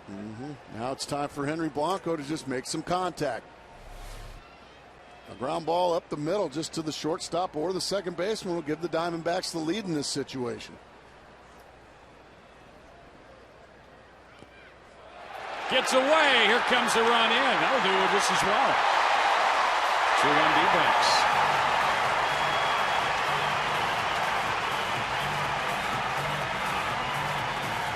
Boy, that will drive a pitcher nuts. You try to make too good of a pitch, you end up bouncing a breaking ball. Tolley didn't really go down and block it. He just tried to snare it with his glove. And catching 101 will tell you that's not the way to come up with a ball in the dirt. He did not get down there and block it, and because of that, the Diamondbacks get a free cheapie, and now the infield's in. And the infield does come in here with 1 out. 1-2 on Blanco. 2-2. So Goldschmidt now at third as Roberts and Burrows, who opened this inning with singles, have both scored. Goldschmidt drove in a run. The other scoring on the wild pitch.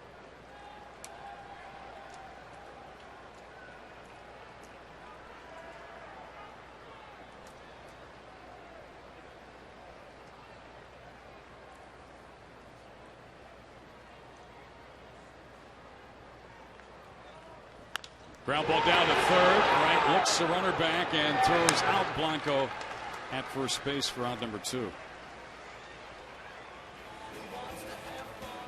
Yeah, he's pretty good down there at third base. He is a good one, isn't he? Very athletic. They have really missed him. He was out at least a couple of months. Yeah. Just a freak injury. Diving into third base. Well, here's Zach Duke, who's had 5 hits this year, 6 runs batted in, and 2 home runs.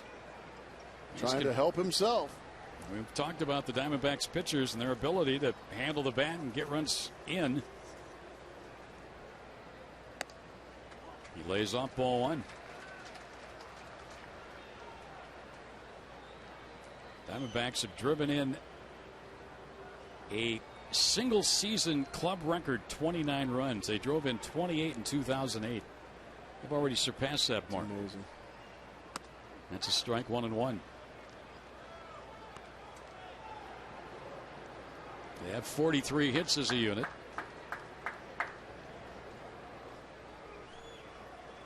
And 10 runs batted in, more than Washington.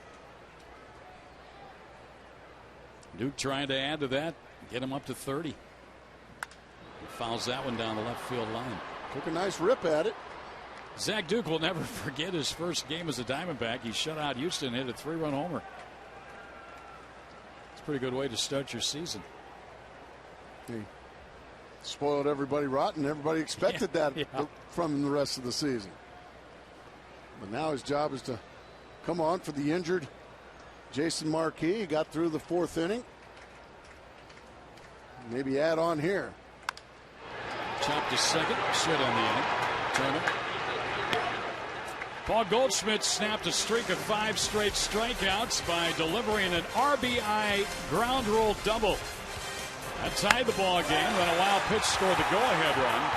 So as we move to the 5th here, D-backs 2, Mets 1.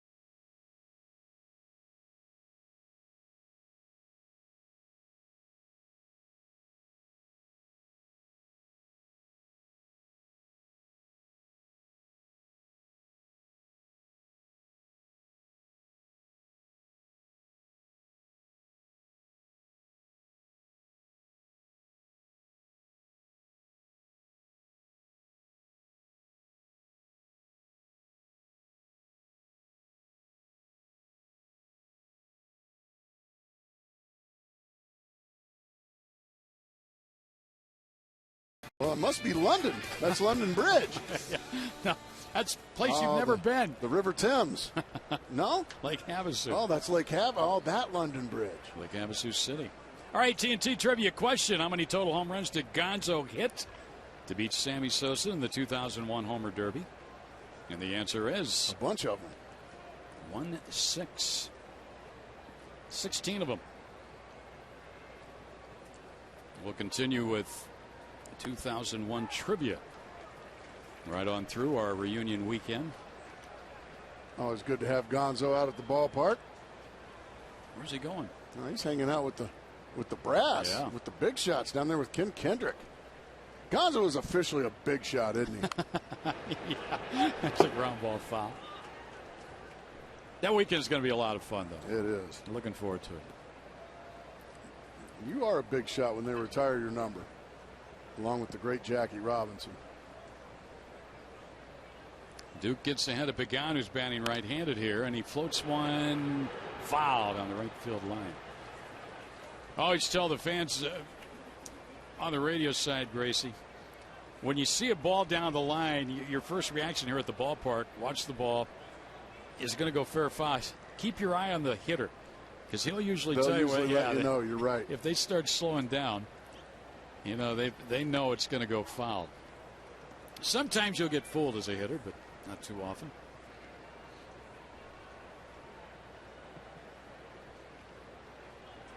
Pagan's got a hit and a stolen base. He's 1 for 2, facing Duke for the first time.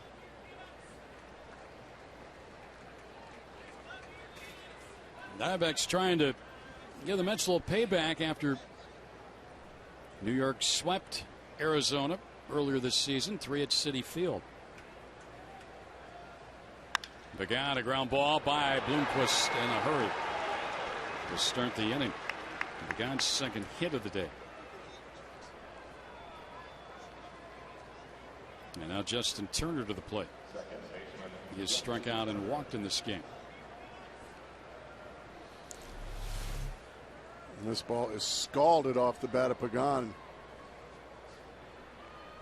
Bloomquist just a little tardy getting there.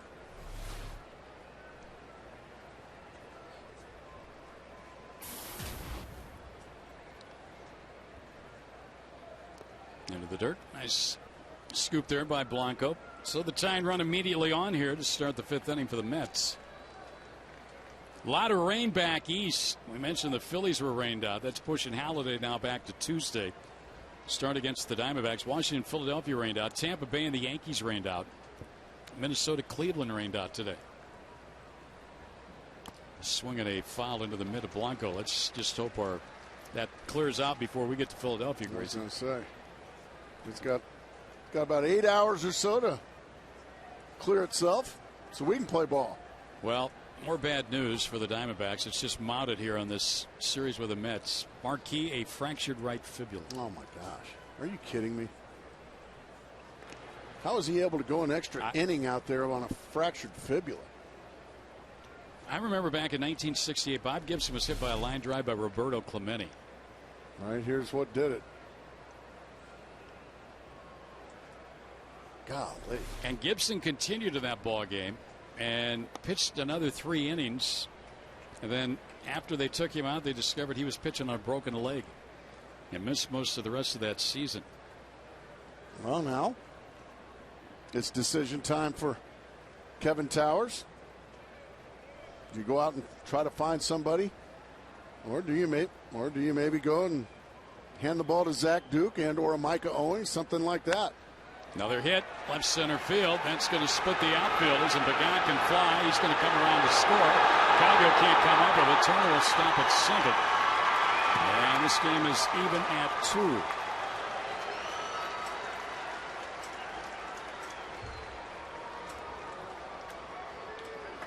Well, it didn't take the Mets long to tie up the ball game. Now they're looking to take the lead with a guy on second, nobody out.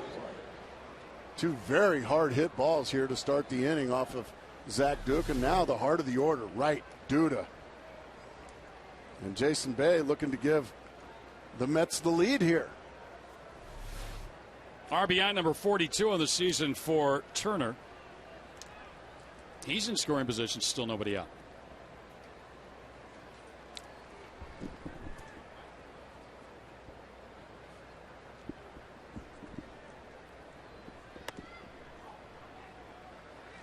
1-0. Diamondbacks get the bullpen up. That looks like Micah. It is.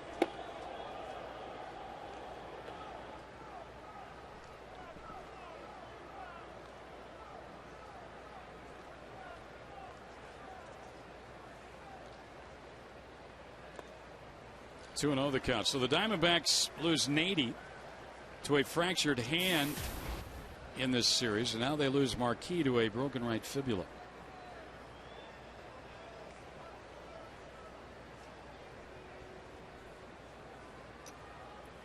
And Charles Nagy will obviously be in a lot of discussion with Kirk Gibson about what to do to fill Marquis' spot. There's a strike.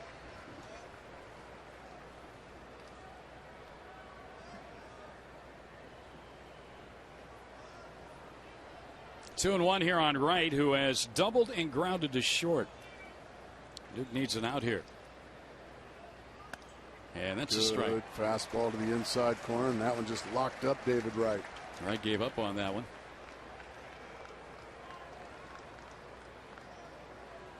And he's top of the list there on perennial all-star is David Wright. One of the better clutch hitters in all of baseball.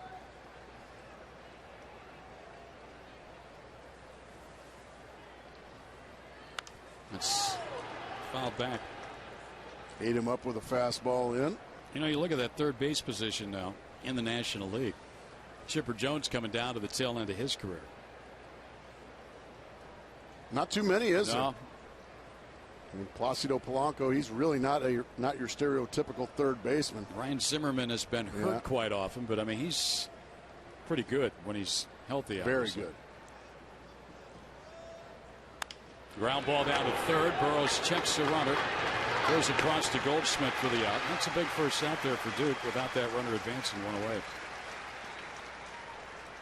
Relive the magic of the 2001 season during World Championship Reunion Weekend, September 9th through the 11th, presented by Gila River Casinos. See throwback jerseys and fireworks on Friday, a team reunion and replica ring giveaway on Saturday, and a 9/11 tribute and t-shirt giveaway on Sunday. Visit dbacks.com/reunion. Lefty on lefty here. Duke against Duda, who homered last time up. And a strike is called. He got it pretty good off Jason Marquis. This is in the fourth inning.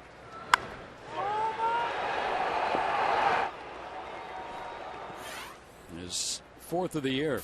That gave the Mets a 1-0 lead.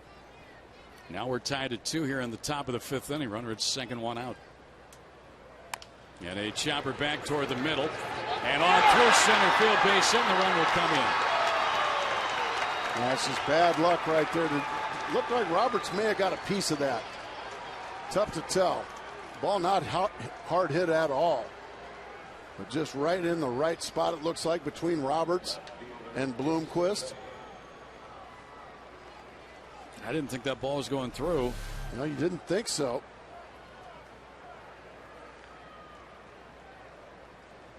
Yeah, I think one thought one was going to get it and the other thought the other. It was just a miscommunication there on the part of Roberts and Bloomquist. They don't play together very much. That's understandable.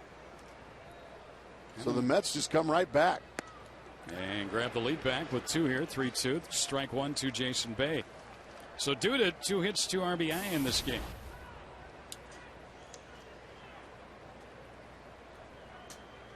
Bay against Marquis was 0 for 2.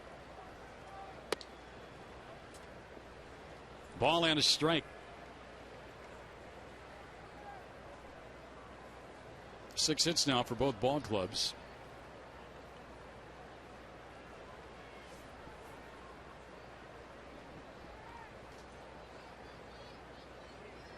Bay, a swing and a miss. That was way out of the zone. 1-2. Changeup just faded down and away from Bay, and he was right over the top of it.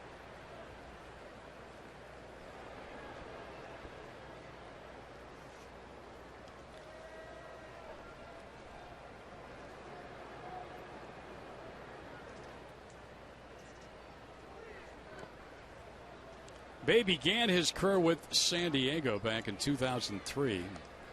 Was dealt to Pittsburgh He had 35 home runs for the Pirates, drove in 109 back in 06. Spent a season and a half in Boston, and in 2009 with the Red Sox, hit 267, but hit 36 homers, drove in 119.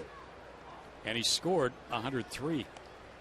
3 times in his career, he scored over 100 runs, including 110 with the 2005 Pirates. Just been a steady, unspectacular player. Doesn't do anything to call attention to himself other than just go out and play well on both sides of the ball and beat you. He pops this one up to center for Chris Young. Good pitch there by Zach Duke. He got in on bay just enough to keep him in the ballpark. 2 away. And now Josh Tolley.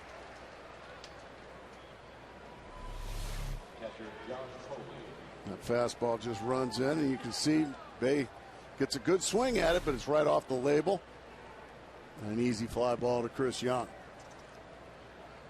Tolley's last at bat was memorable. He was hit by the pitch, and that's where Marquis went down after throwing the pitch. There's a liner to left, and Cowgill has it. Marquis ended up breaking his right fibula. And the Mets get 2 here off Duke. They take the lead 3-2.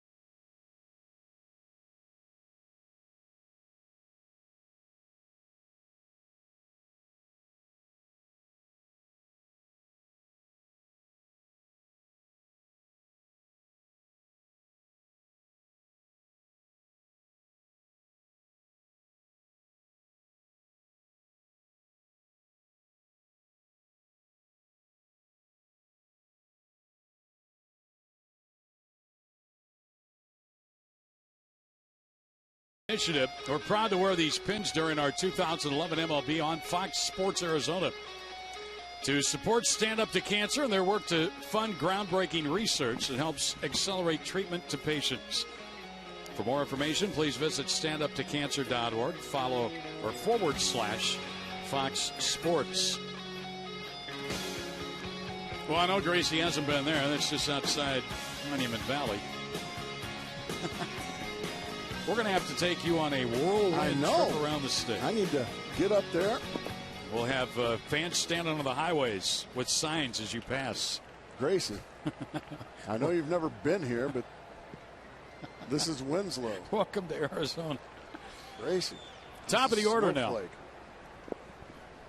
And Willie Bloomquist, Diamondbacks try to get back to work against Capuano. A floater down the right field line. Long run over Pride. He's always got it. Foul territory. 1 pitch, 1 out here.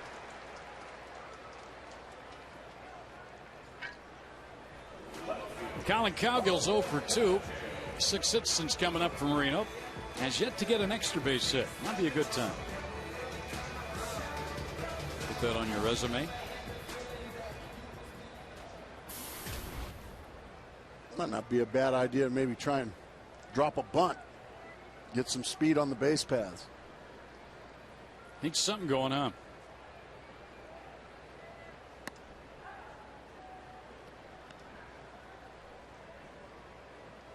Our CenturyLink high-speed pitch totals. 88 Duke, 91 Capuano. Steve right too. Capuano trying to win his 10th game of the season and even his season mark.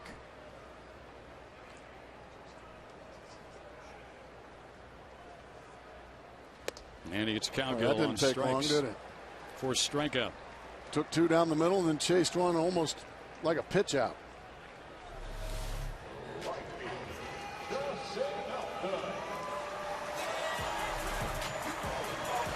Upton none too pleased last time he took a called third strike, and I think more with himself than the call itself. He rocketed a double to center field in the first inning. Let's see what he can do here with 2 men out, nobody on. 24 homers for Justin, 2 shy of his career high. 74 driven in. Over anxious there was Justin Upton.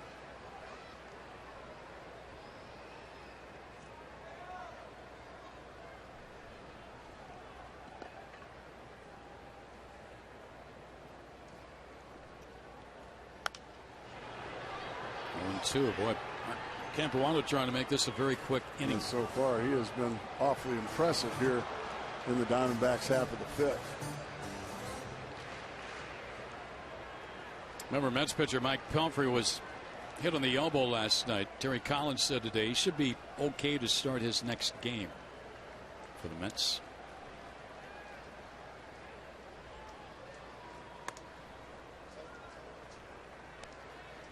One ball, 2 strikes. Nothing happened in this inning, but Upton could turn that around real quick. Good take there. That was a good pitch from Capuano. Justin wanted no part of it.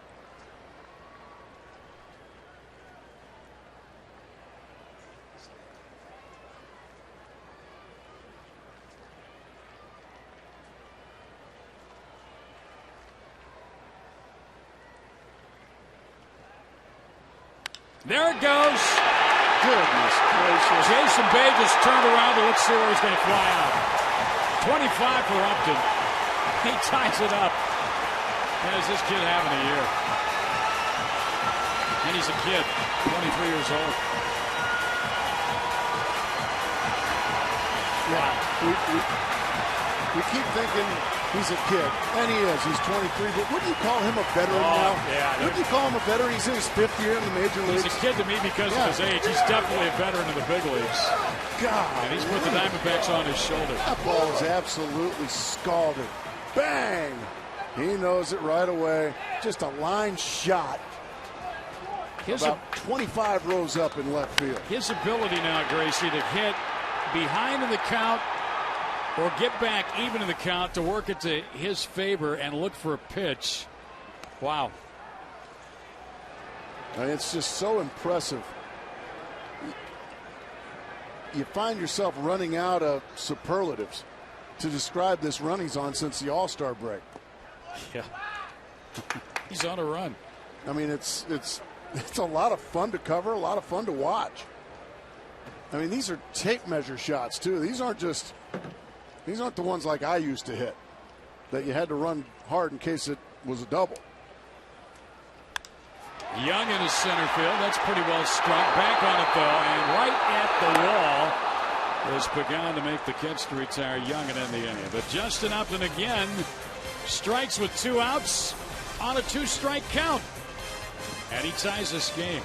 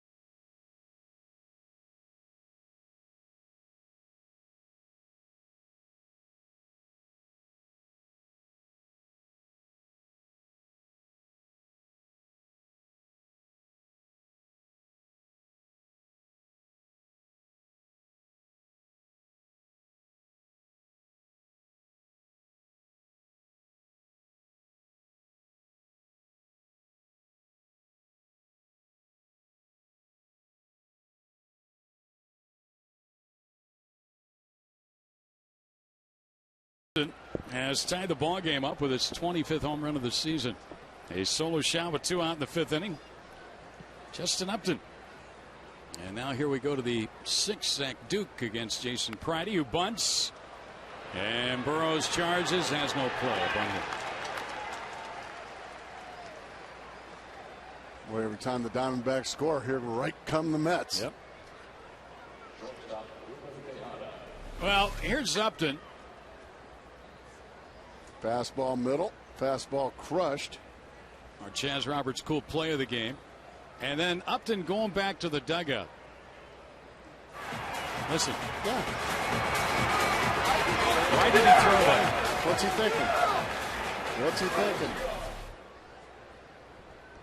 I'm sure Chris Capuano was thinking the same thing. Why did I do that? Ruben Tejada now with Pridey at first to start this inning of the bunt hit. He'll draw throwing it back in.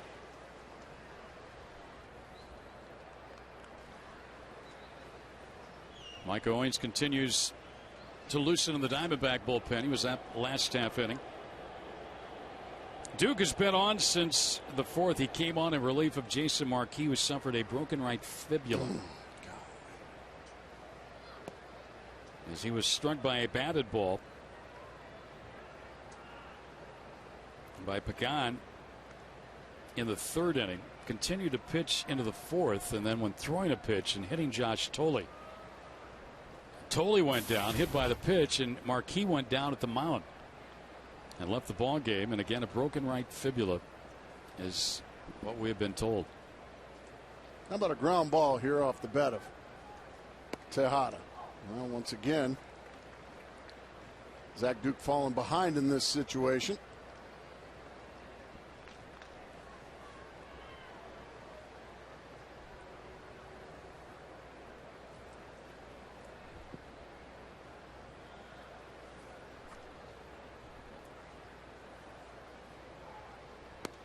There's a good pitch right there at the kneecap. Strike one.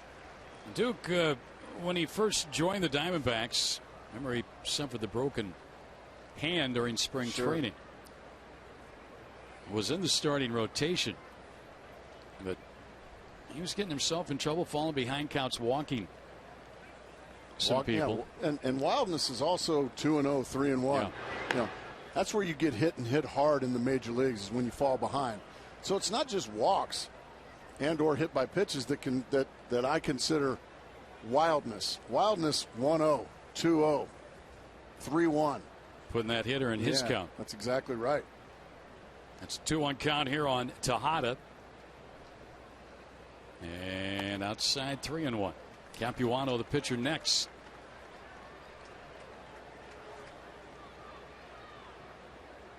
Numbers are identical here. 3 runs, 7 hits, no errors for both ball clubs.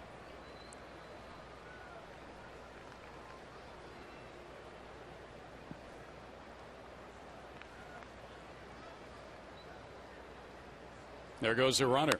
Ground ball down to first, but foul. So they started Pridey on a 3-1 count. And now the count runs 3-2. Well, he's run 3-1. You're guessing he's running 3-2. No question. Terry Collins trying to jumpstart his offense. Diamondbacks right now are in a stretch of 17 straight games against non-divisional opponents. They're currently 5-1. Astros, Mets, Phillies, Braves, and Nationals.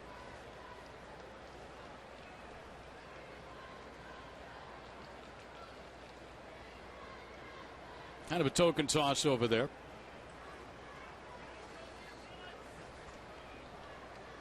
How about a strike him out, throw him out, double play? That would certainly be what the doctor ordered.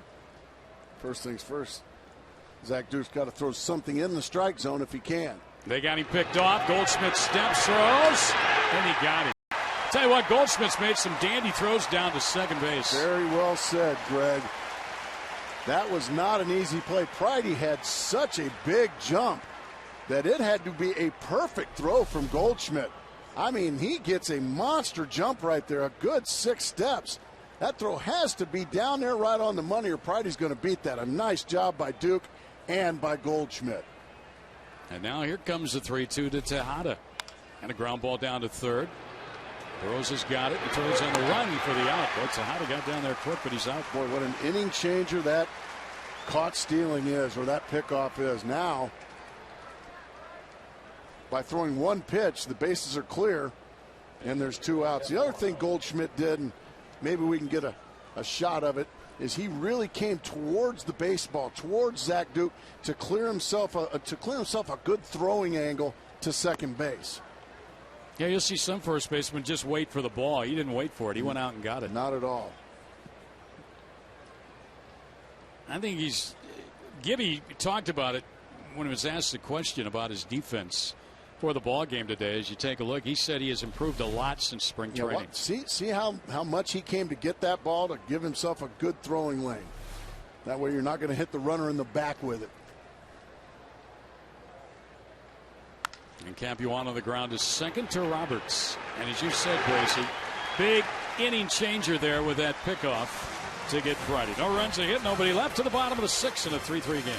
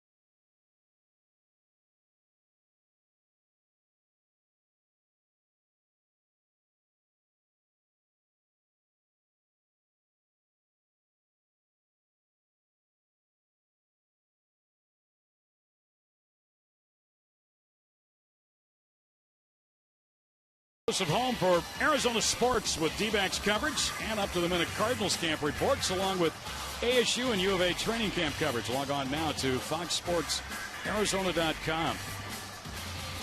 I'm Greg Schulte, along with Mark Gray. Stern will be back for the Philadelphia series and take you through the road trip. 10 big games starting up Tuesday night. That sign. Sweep the Mets, and that would be payback because the Mets swept the Diamondbacks back in April. And it's going to be Roberts, Burrows, and Goldschmidt here. And this trio produce a 2-run 4th inning for the D-backs. Roberts and Burrows had hits. Goldschmidt got a run home, and then a wild pitch scored another. That time he gave the Diamondbacks a 2-1 lead. Ryan Roberts, a guy that was once again right in the middle of a rally back in the 4th. He singled and scored on a double by Paul Goldschmidt.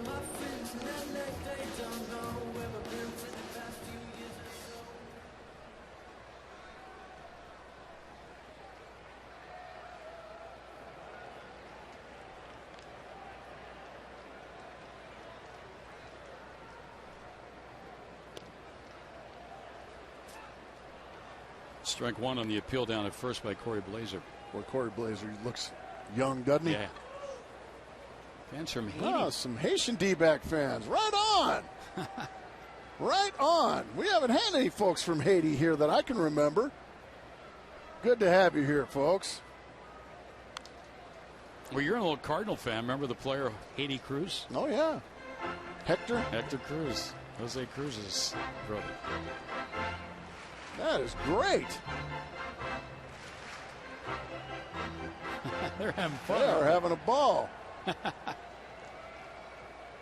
Good for them.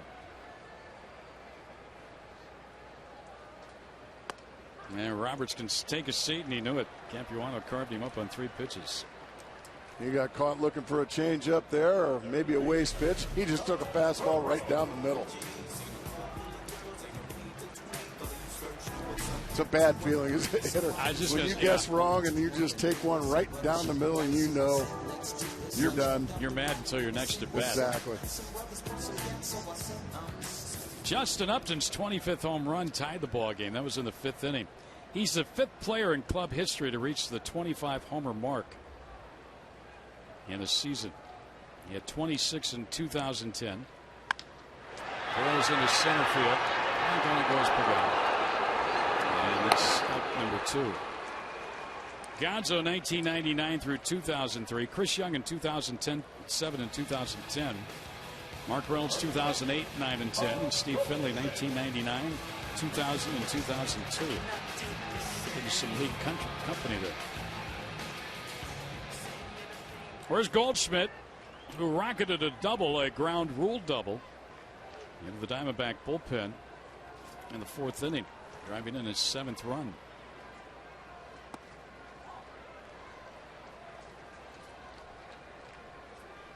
Giants won earlier today, 5-2. They beat the Marlins behind Vogelsong.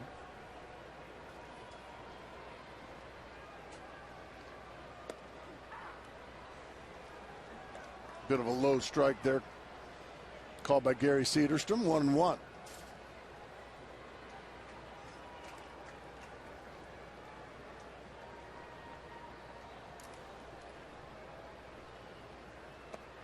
With that victory today, Gracie, the Giants are 4-11 through their last 15 games. Yeah.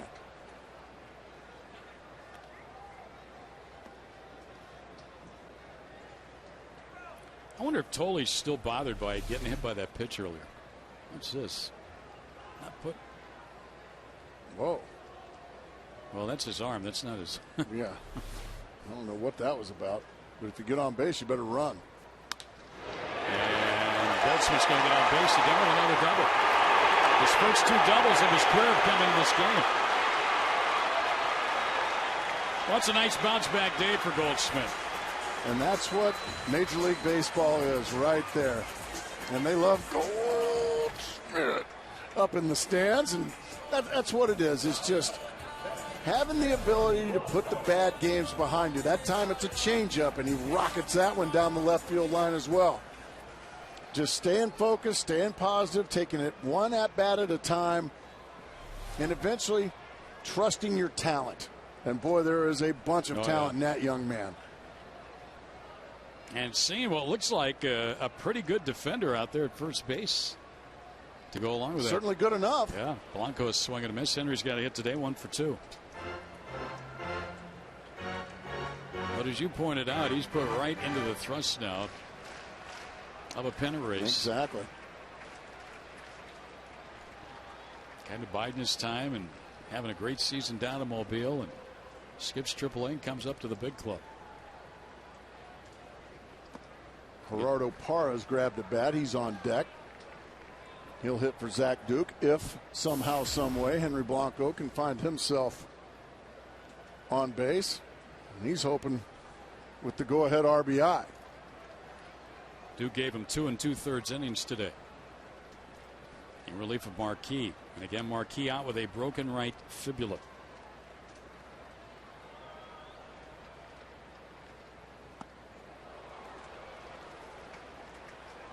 Henry Blanco, he likes fastballs.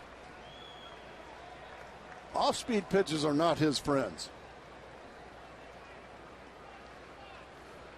And Capuano knows that, and he's throwing him a steady diet of them.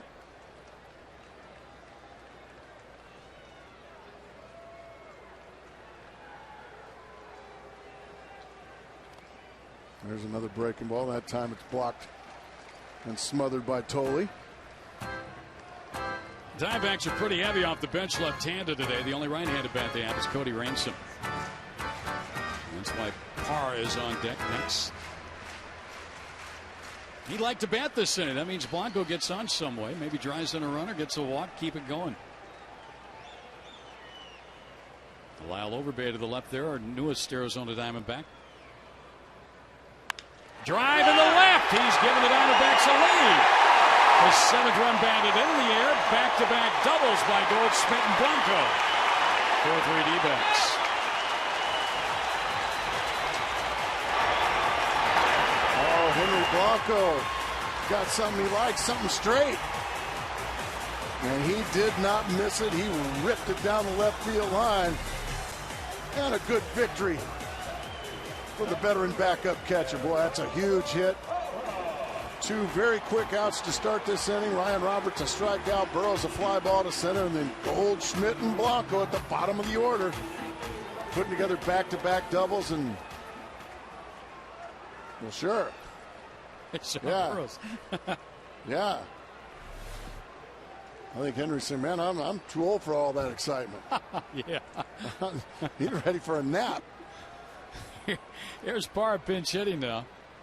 And Arado takes a strike on the inside corner.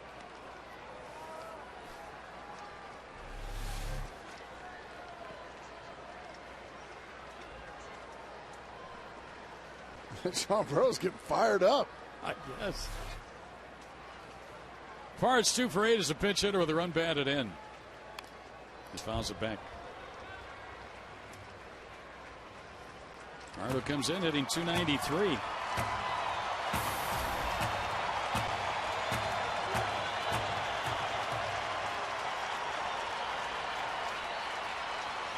That's how their bullpen going. Manny Acosta. 0-2 count, Capuano.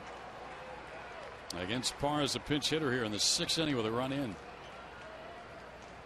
And he checked his swing. He did not. He's down on strikes. That'll end the inning. But the Diamondbacks back-to-back doubles, Goldschmidt and Blanco. And a jovial and happy Sean Burrows. It's 4-3 now. Diamondbacks on top. And then some.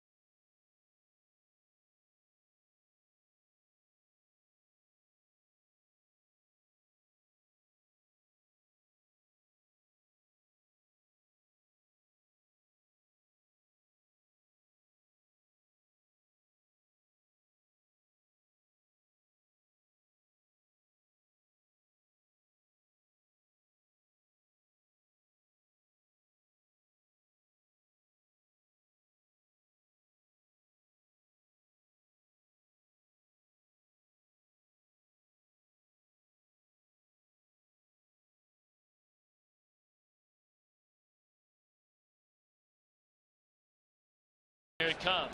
Belted into right center field. On the run, Matthews Jr. Goodbye! The year he put together was one of the best. You know, I got a chance to stand on deck and watch Bonds play. Yeah, that's right? true. And his year that year compares with any year I saw Barry Bonds play. Well, Matt Williams will join Gracie. They'll watch the 10th anniversary of his game-winning hit against the Pirates. Don't miss Mark Grace's Diamondbacks Championship Theater presented by Fry's. That's after today's game. Those are fun shows. Yeah, you know, I had a lot of great memories. I'm glad that was done. That makes for a lot of great memories coming back to life. And those guys did a great job. Brenly, Gonzalez, Schilling, Womack. Now Matty, and now Micah Owings, and like he's done all year, just come out and just start throwing strikes. 1-2 very quickly here on Angel Pagan. Seems like Pagan's been leading off this entire game. He hits one foul. Pagan, Turner, and right here in the 7th inning after the Diamondbacks have gotten the lead back. Henry Blanco, a big 2-out RBI double that scored Goldschmidt, who doubled with 2 men out to get that rally going.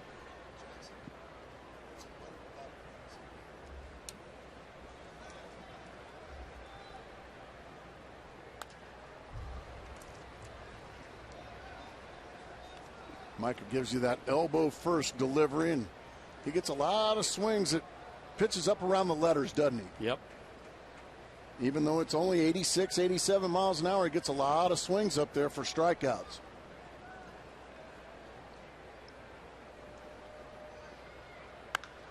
Another hit for Pagan. Upton over to it, but Pagan on his way to second. Here comes a throw, and it is not in time to double. His 3rd hit of the afternoon. Micah decided to go with a slider that time down and in. It just went right down into the nitro zone of the left-handed hitter. And Pagan, who's had a good series. He challenges the arm of Upton and does everything he possibly can. But Pagan just runs way too well. Now it's decision time here for Terry Collins and the New York Mets. Do you bunt? Here with Justin Turner to set up David Wright. Or do you let him swing away? I'm letting him swing away. Well, last time up, he doubled. He just struck out and walked.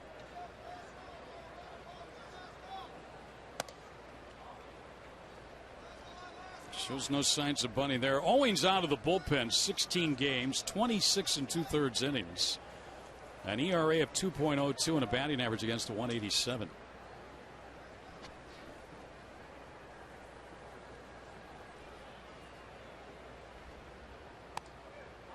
A little high and tight. 2-0 here. So immediately again, the Mets get the tying run in scoring position. With nobody out, we're in the 7th.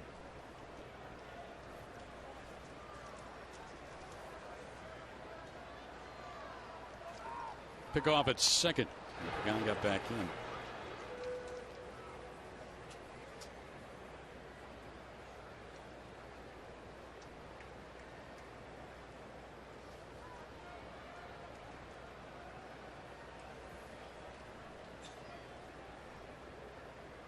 Mets this year on 1-run games are 15-19. Diamondbacks 22-13.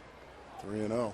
Danger Will Robinson here for Mike Owings and the Diamondbacks, because he's one wide one away from putting first and second nobody out, and David Wright an opportunity to really hurt the D-backs, which he hasn't done yet this series, so you know he's about due.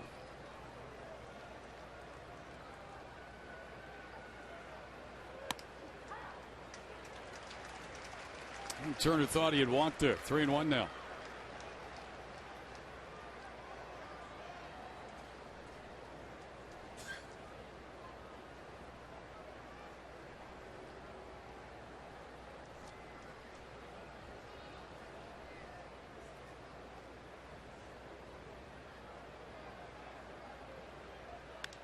Three and two. Well, if he could come back and get Turner out here without that runner advancing, that'd be huge. You got that right. Micah rubs up a new baseball. He's gone back into the count. 3 balls, 2 strikes after a leadoff double by Pagan to start this Mets 7th inning. Always following Marquis and Duke. Again, Marquis leaving with a broken right fibula after he was hit by a line drive. Continued to pitch into the next inning, but then fell down delivering a pitch. So the 3-2 fouled out of play.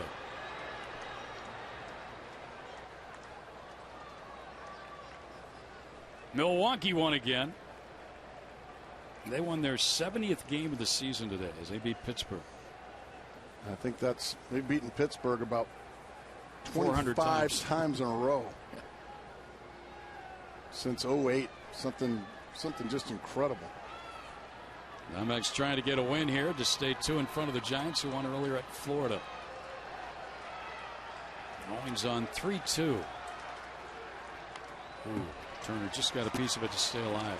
Would have been ball 4.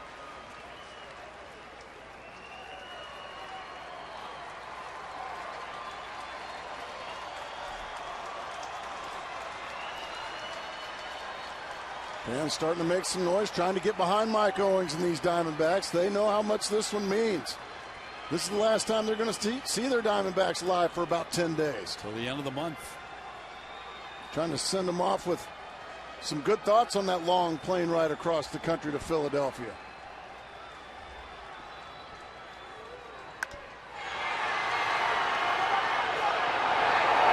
Upton's got it. Pagan still goes back and tags, and he will advance to third after the nice running catch in right center by Upton.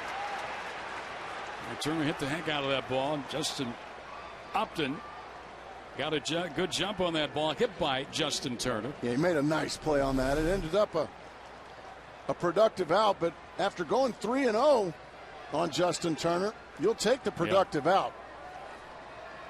Heads up base running there by Pagan to get back and tag, but a nice play by Justin Upton there. But David Wright now an opportunity.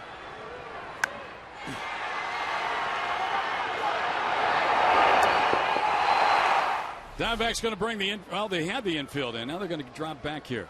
Looks like Goldschmidt at first base is in. The other three, they're going to concede the run with a ground ball. Steve Reich one. Good first pitch. Micah does get some high swings. I would consider him a strikeout fly ball pitcher, wouldn't you, yeah, Greg? I would too.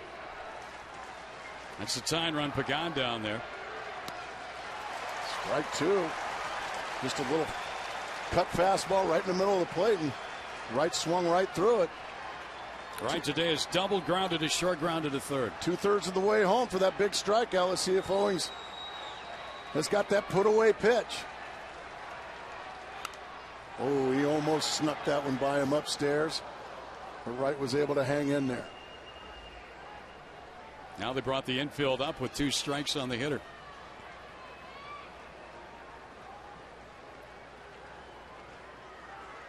Managerial wheels spinning over there from Kirk Gibson. Numbers against Owings. But Owings gets him this time. Big at bat out for Micah Owings. Boy, that's some big time pitching by Micah Owings in a huge situation. That's David Wright. That's not just some also-ran hitter up there. That is David Wright, the best hitter in the lineup for the Mets. Gets him to chase one off the plate. And David Wright is a big second out. Now, you've got Joe Patterson warming up in the bullpen. But he's elected to let Micah Owings face the left-handed hitting Lucas Duda. He's had a good day going after striking out first inning. Hit his 4th home run of the year in the 4th, and then singled home run in the 5th. So they stay with Owings here. Let the left-hander loosening in the pen. High and away, 2-0.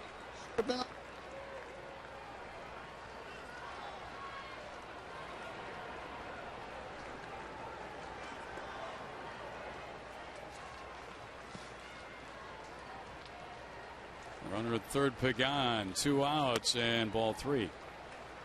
3-0. Now Blanco asks for time and runs to the mound. They've got Jason Bay, a very good veteran hitter, in the on-deck circle next.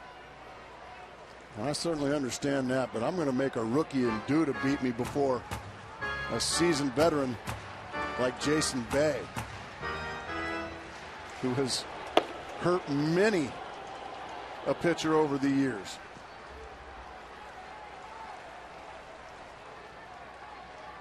He walked him, ball 4. 4 pitches.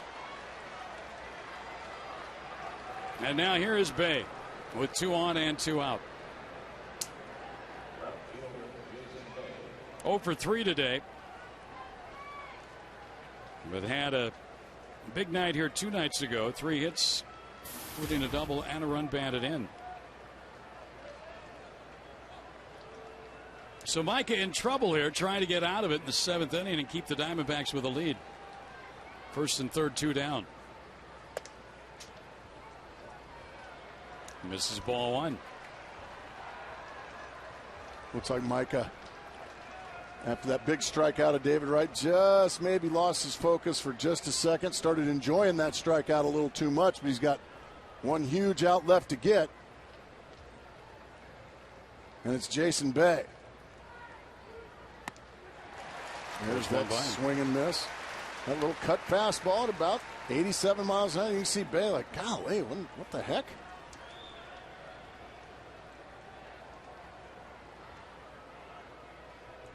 Pagan started the inning with a double. He's at third. Duda just walked. He's at first, 2 down. That's the one he got right to chase a couple of times. This time Bay's not doing it. And he's fallen behind 2-1. Ziegler now, the right-hander, joins the left-hander Patterson in the Diamondback bullpen.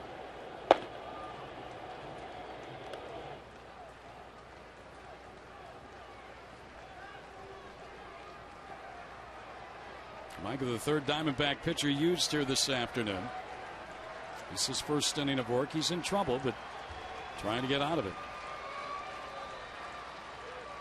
And Bay hits one into right field, down the line, Upton over toward the corner, out of his reach and back into the seats.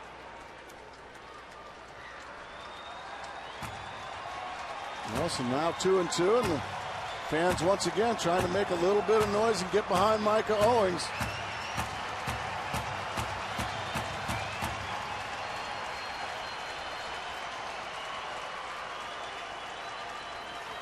Deuces are wild. 2 on, 2 out. 2-2 count on the hitter.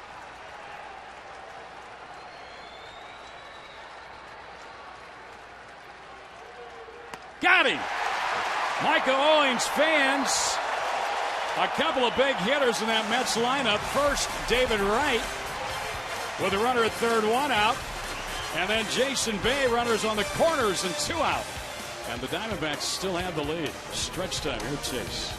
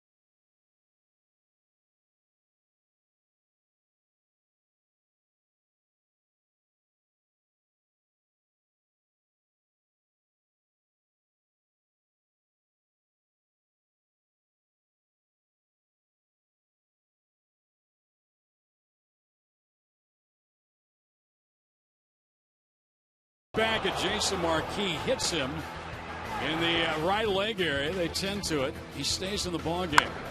And then a home run by Lucas Duda gives the Mets a lead in the 4th inning. And then on this pitch to Josh Thole, Tolley's hit, and you can see Marquis also goes down. Marquis removed from the game, a broken right fibula. Diamondbacks come back. Paul Goldschmidt an RBI double. A wild pitch gave the Diamondbacks a lead. And then the Mets come back on this hit by Turner to score Pagan. And then Justin Upton, number 25, out in the 5th inning. That tied the game. And then the Diamondbacks get the lead on this Henry Blanco 2-out double following a Goldschmidt double. And the Diamondbacks with a 4-3 advantage. And then Micah Owings in the 7th inning struck out David Wright and Jason Bay with runners on to keep it a 1-run Diamondback lead. Capuano's afternoon has come to an end. And Manny Acosta comes on to pitch. You see the brooms are out. Diamondbacks going for a sweep. Okay. Hot, hot, hot.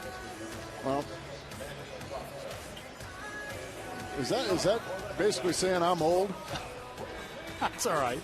That's okay. Yeah, I'm very flattered. Manny Acosta, 25th appearance. He's on for the Mets. So Capuano can now win it, could only lose it.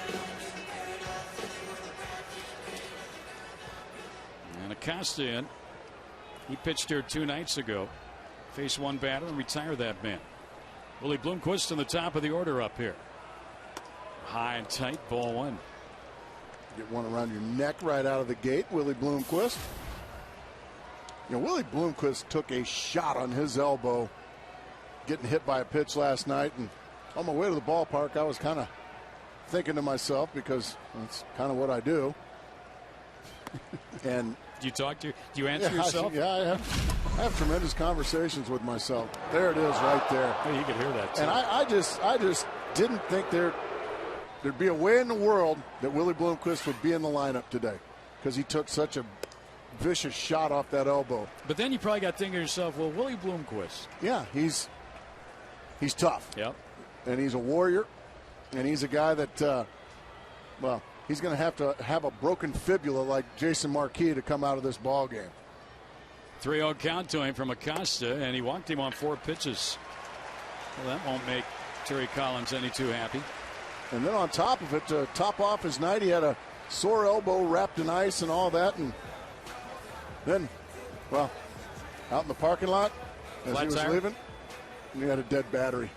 Did he really? He had a dead battery. So Willie Bloomquist had a tough night last night. Battery was dead. Well, he can leave it in the lot for 2 weeks because we're gone a while. Yeah, they can get it charged up while we're gone. And here he is today playing shortstop. He's 1 for 3 of the walk now. Wouldn't surprise me at all if Willie Bloomquist was on the move. Or Colin Cowgill. Certainly could be asked to bunt here, but if you're bunting here to set up Justin Upton, you're losing Upton. Yeah, Upton's going to be walked to pitch to Chris Young. Diamondbacks had the fewest sacrifice bunts in the National League. Cowgill not showing bunt, takes the ball up. Costa hasn't thrown one over the plate yet. I just keep taking pitches. He's thrown 5 straight wide ones. Diamondbacks have 9 hits today.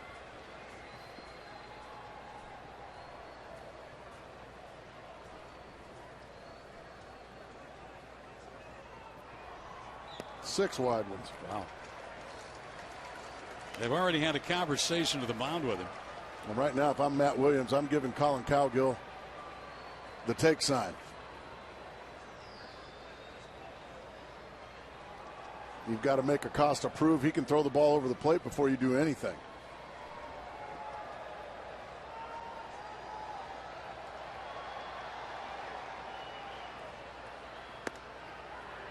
And that's a perfect strike there at the bottom of the kneecaps. Collin today. Cowgill is fly to center, fouled out to the catcher, and struck out swinging. Matty down at third. Eric Young's back today over at first base. Good to have EY back, and our thoughts and prayers are with him and his family.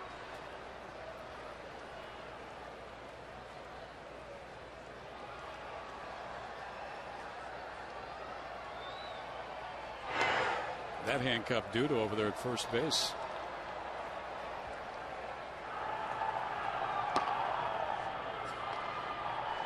Casual toss time out there.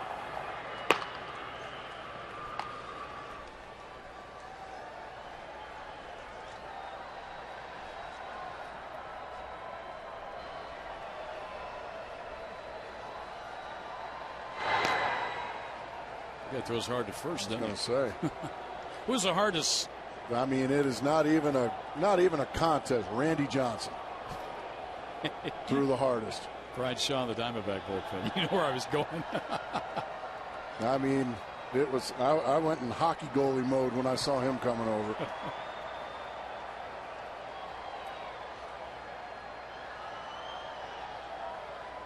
Time was called by Cowgill. Very late call of time out there by Cowgill and Gary Cedarstrom, the home plate umpire. Umpires are really reluctant when that pitcher starts to work to call the time. But we don't know how soon Cowgill had called it. Right. I don't know. 2-1 on Collin. Bloomquist to walk to open the inning. And a ground foul pass third base. I always get a kick out of you because I know the story, and I'll play you up sometimes when we're talking about who didn't you like playing first base against when they were hitting, especially when you had to bring the infield in. I always get that immediate. Cliff Floyd. Cliff Floyd. It was no contest. Darryl Strawberry. But Cliff Floyd, yeah, he scared me when I was holding guys on. I would plead for the runner to steal second base so I could back up.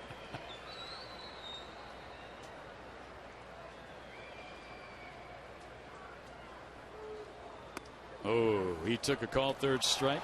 0 for 4 is Cowgill as he walks back to the dugout.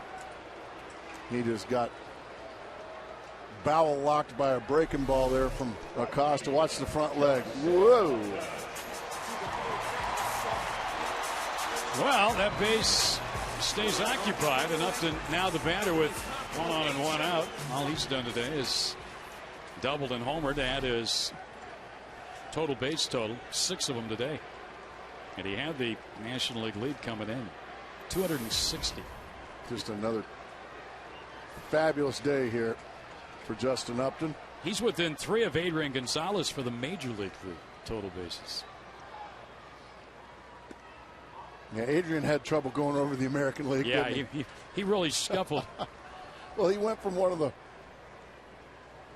probably the most pitcher-friendly ballpark to probably the most hitter-friendly ballpark in one winter. And we were talking about earlier, the 5th player, 25 or more home runs in a season. Upton, since July 19th, 25 games, has hit .402, 10 homers, 22 extra base hits, and 29 runs batted in. Goodness gracious. I mean, he's just spitting on pitches. I mean, Yeah, he's just absolutely dialed in. He's just taken this team along with Ryan Roberts. Just said, hop on board, guys. But it's been him. Yeah. I mean, just tremendous home runs, big hits. 141 hits now in the year. 1 run scored, shy of being at 80. He popped this one up. Costa got to give away with one there. And caught by the second baseman Turner for out number 2. So Justin 2 for 4 today. Well, on Saturday, August 27th, the first 15,000 fans are going to take home the Chris Young bobblehead, courtesy of Audi. You can guarantee getting the Chris Young bobblehead, the Ryan Roberts bobblehead, and the World Championship replica ring with the Grand Slam giveaway pack. Call 602-462-4786 or visit dbacks.com/Grand Slam. You got your Chris Young bobblehead yet? We'll get it. Have not. CY's 0 for 3 today and still looking for his first hit in this series. He's 0 for 11.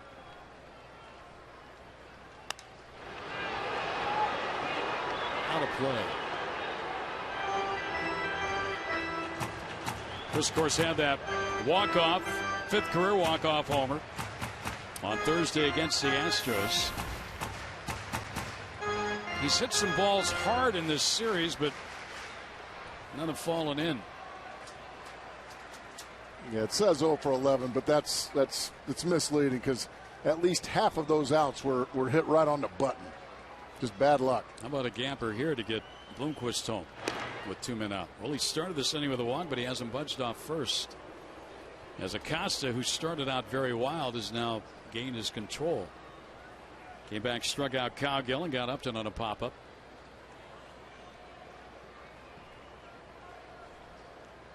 His first inning after Capuano went the front 6.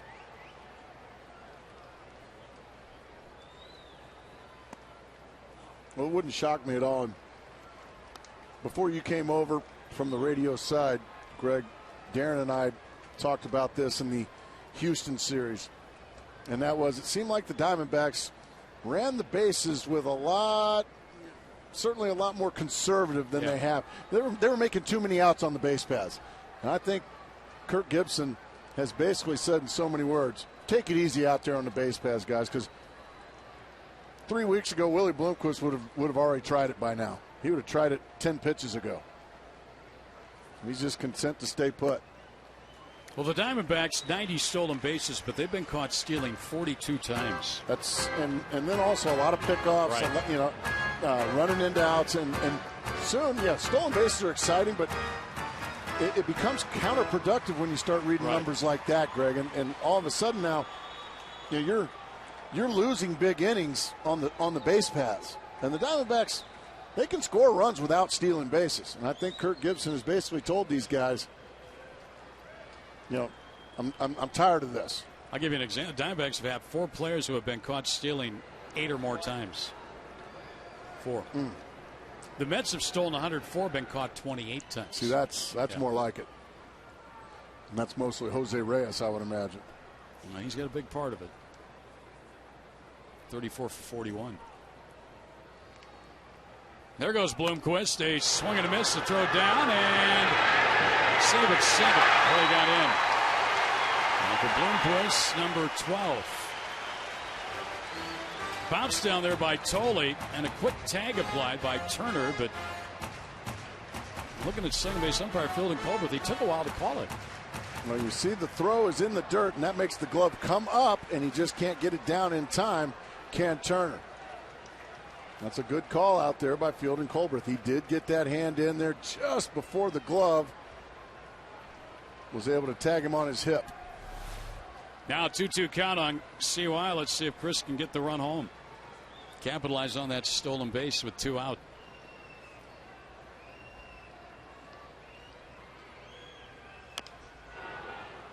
Fought it off.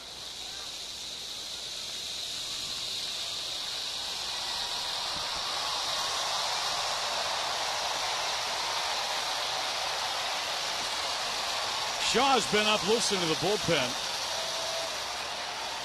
Zach Duke in relief, 2 2/3 innings, an inning for Micah Owings. Most likely no puts today.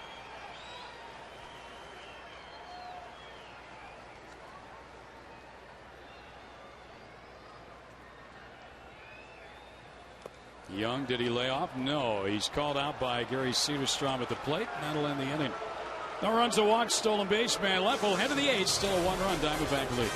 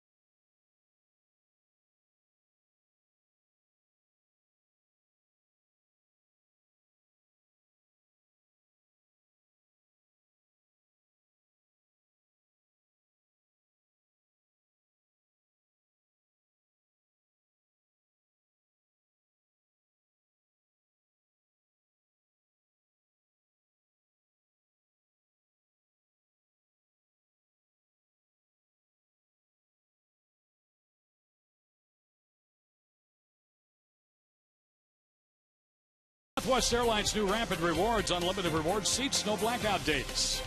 By Kia Motors. To learn more, visit phxkia.com. And by CenturyLink. Quest now CenturyLink. Visit CenturyLink.com and learn more. Well, we had a shot of the Vulture Mine just outside of Wickenburg, Canyon de Chelly. That place is haunted, isn't it? The Vulture Mine, from I what I've heard. So. Yeah, from what I've heard. Have you been there? I know you're going to be shocked, but no. I don't think I want to go someplace that's haunted. I got enough voices in my head.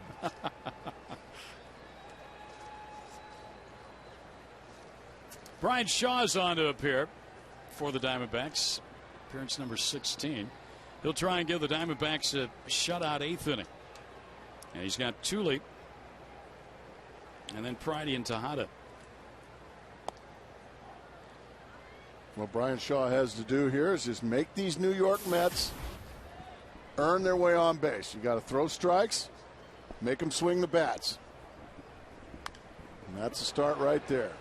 When he's got that good cut fastball, he just bullies inside to left-handed hitters.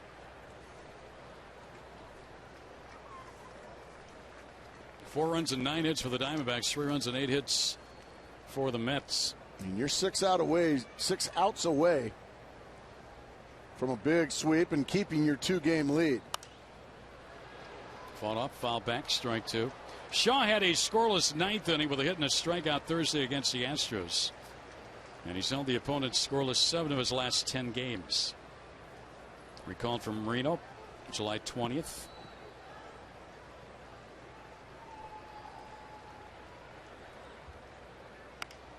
Down to first. Goldschmidt to the bag unassisted. That's just big time pitching right there from Shaw.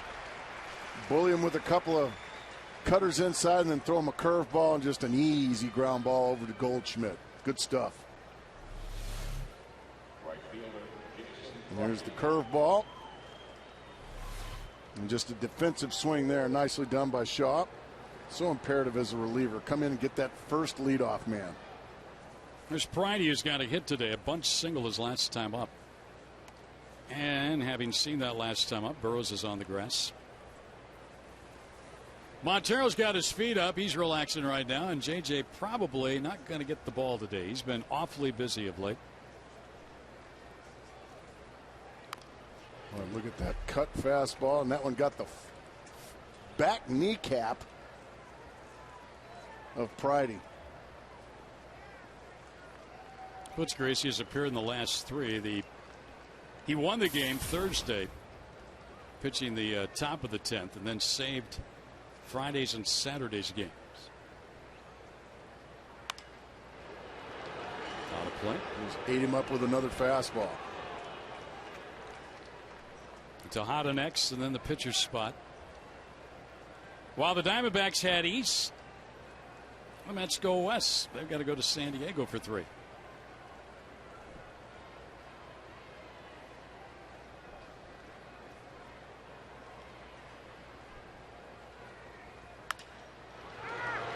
Goldschmidt ranges over, gets it, throws perfectly to Shaw. They got him.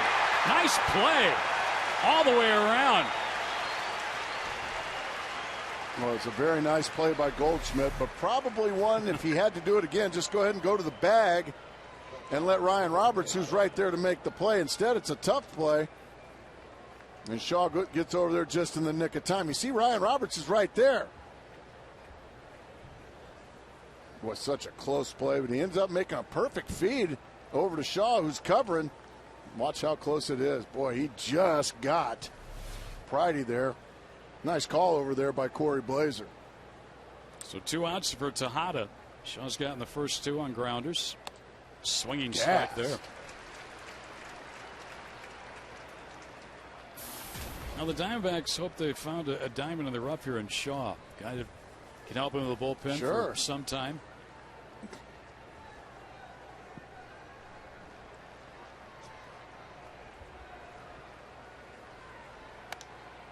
That play was very, very close at first.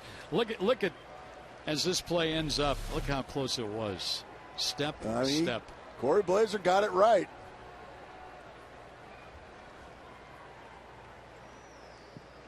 Are you a fan of replaying those situations right there, Greg? Not really. I will tell you, I'm not. I'm not really. The umpires, I think, probably get it right 95, 96, 98% of the time. That's exactly right. They've got an impossible job. Yep. They never have a home game. Nope.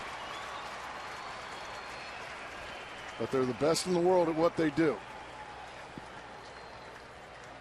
1-2 now as Sean tries to go 1-2-3 here in the 8th inning. Over the pitcher's head, going to be tough here for Roberts. Throws on the line. Got him. How about the defense in the inning? Corey Blazer's having some bangers over there, isn't he? 3 ground ball outs. Some nice defense. First Goldschmidt and Shaw. Now Roberts and Goldschmidt. And the Mets turned away. It's still a Diamondback lead.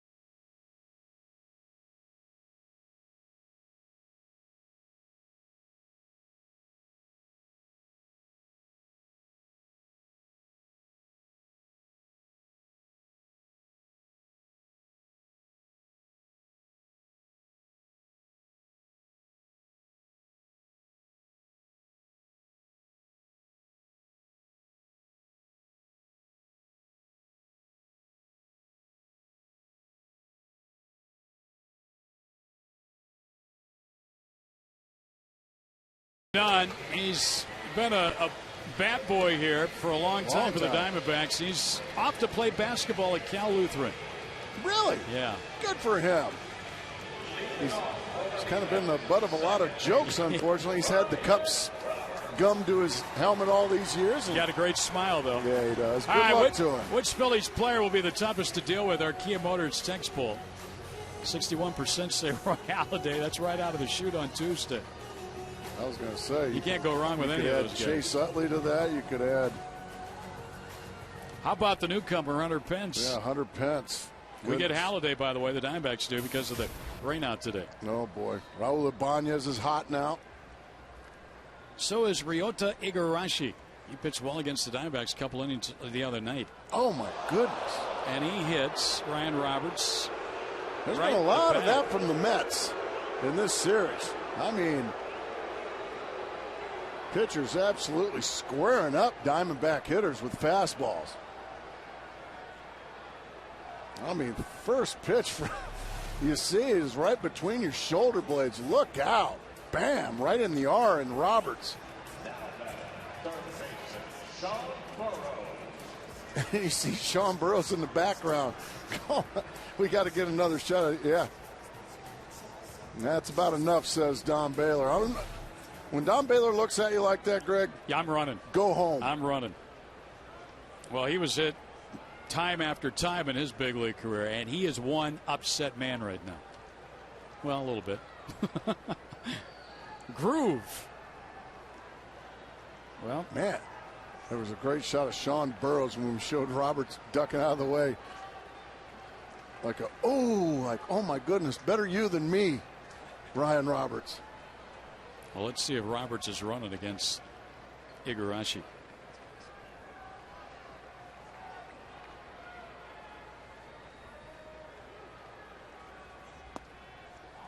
Ball on. Burroughs today got a start at third. He's 1 for 3 and has scored a run.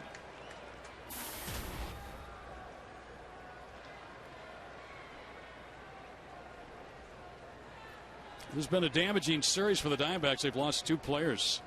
Today they lose Jason Marquis, a broken right fibula hit by a batted ball, and thrown pitch. And Burroughs, did he get hit? No, that was a bit of Look at Gary Cedarstrom. That pitch was almost on the inside corner. Cedarstrom looking at it like, are you kidding me? I don't know what Sean was doing there. That pitch wasn't close to him.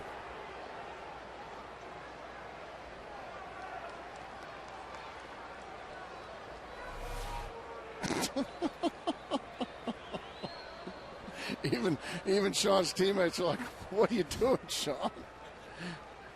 He's had a squirrely day today, hasn't he? He's had a very look at Parr. That's foul back and out of play. Okay, this is now. Watch when Roberts gets hit. Watch in the background. Now watch Burrows in the background.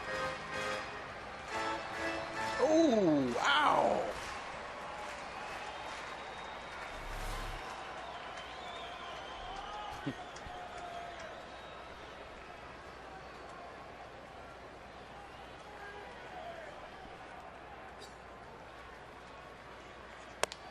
3-1. Has Burrows walked yet this year? I don't think he has. Nope. Has he? Nope. This 70 at bats. This might be his first 3-ball count for all I know. Well, his batting average of 257 and on-base percentage of 254. 3-2 now. No, you can't walk him. You can't walk him. Starting Roberts here, Gracie. 3-2 count. Absolutely. Absolutely. I am. I am too. I think you always stay aggressive. Goldschmidt next. He's had a big day. Couple of doubles.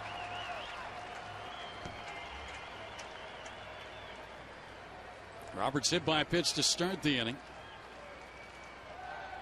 There goes a runner. Tie and tight, and Burrows gets out of the way. Ball 4.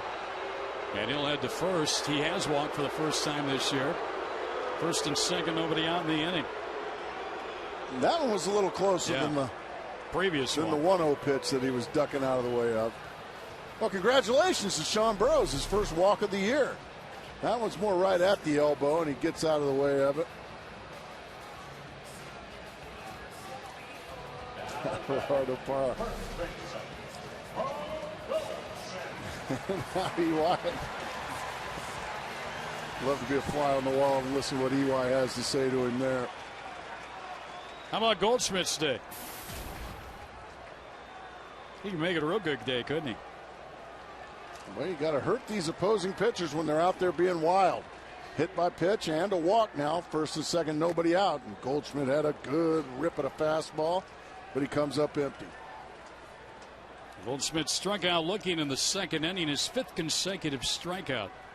But then doubled homer run in the 4th inning, doubled and scored on a double by Blanco in the 6th inning.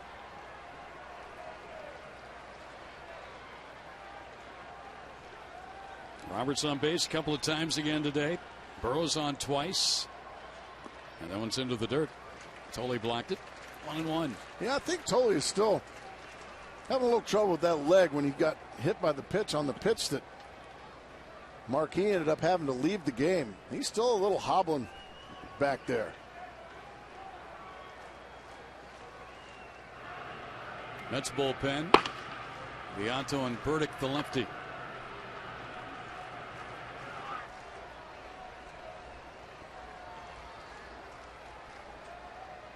The 1-1 pitch to Paul Goldschmidt. 2-1. Blanco is next. Burdick's up simply for the fact with the 8 and 9 spots coming up, the Diamondbacks are loaded with left-handed hitters. We're going to have a visit to the mound here. Dan Worthen, the pitching coach. Fans are in a booing mood right now. I wonder how Dan Worthen's Japanese is.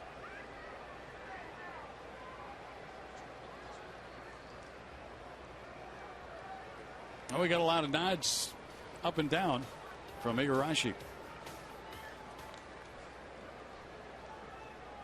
Been a crazy inning for him so far. He hit Roberts in the back, start the inning. Then he walked Burrows, who had not walked in 70 at-bats all year. And now a 2-1 count on Paul Goldschmidt.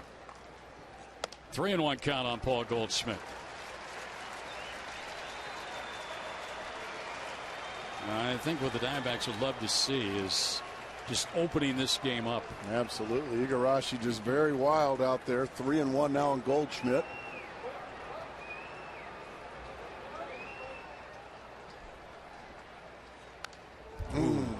came unglued on that one. The whole Good stadium swing. in unison. Ooh. Well, he's kind of becoming a kid. You don't go to the refrigerator when he's up, because you just might miss a tape measure bomb. Full count now, 3-2.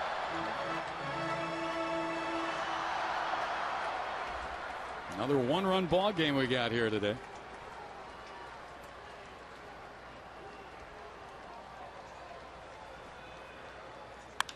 Base hit is start of the game. They're going to hold Roberts, and the bases are loaded. Again, when that ball hits his bat, it just jumps. Just a missile through the left side. Did a good job of once again getting himself in a hitter's count and getting a fastball. And he doesn't miss it. Whack. And that's making a bench for last night,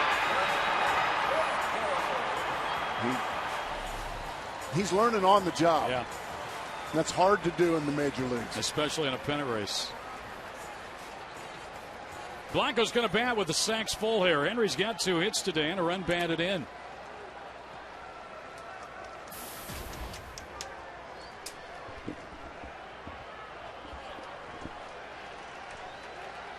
All right, here we go. Infield in for the Mets. Outside a missed. On deck, the newest Diamondback, Lyle Overbase, swinging a bat. And we said that Henry Blanco loves fastballs. Well, with Igarashi missing with the breaking ball, he just got himself in a fastball count. Let's see if Hammer and Henry can do something with it. It was a fastball, but he missed. 2-0. 2 good takes. Hammer and Henry.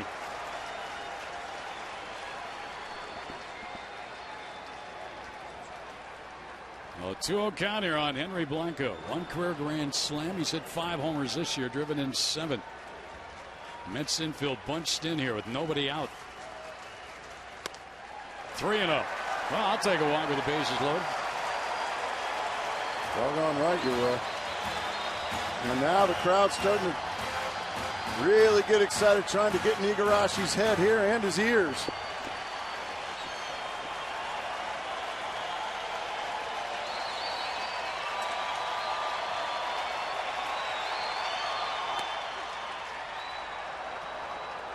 Taken all the way, strike 1. Want to hear what the Diamondbacks are doing this year with the bases loaded? Sure. 384 average, first in the National League. Goodness. It's fabulous. Bases loaded, walk. Diamondbacks add a run, 5-3. Blanco's got his second run batted into the day. I would imagine Terry Collins has probably seen enough of Igarashi, as he's basically come on and upchucked all over Chase Field. Yeah. Going to go to the lefty with Overbay announced as a pinch hitter. And the Diamondbacks will still have them loaded with nobody out and a run in.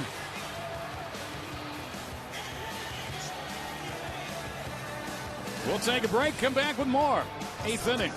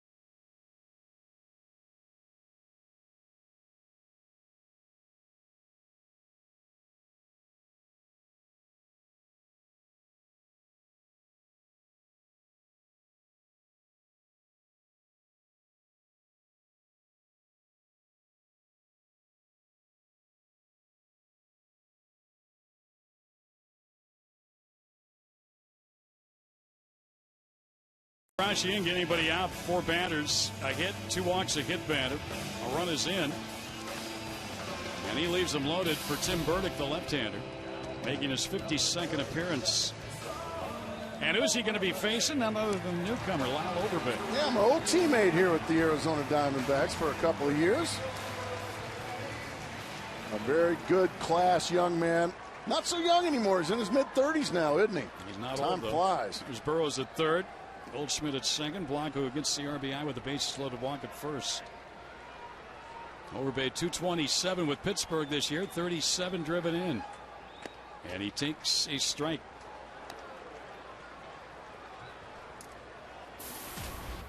Overbay was dealt to Milwaukee in the Sexton deal. And then spent time also with the Blue Jays and Pirates. 270 career hitter. And a fly ball to left. Not very deep. Burrow's not going to be able to tag. And there's a catch by Bain. That's 1 out.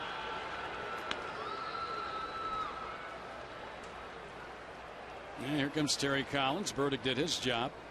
And now he wants the right-hander to come on and face Bloomquist.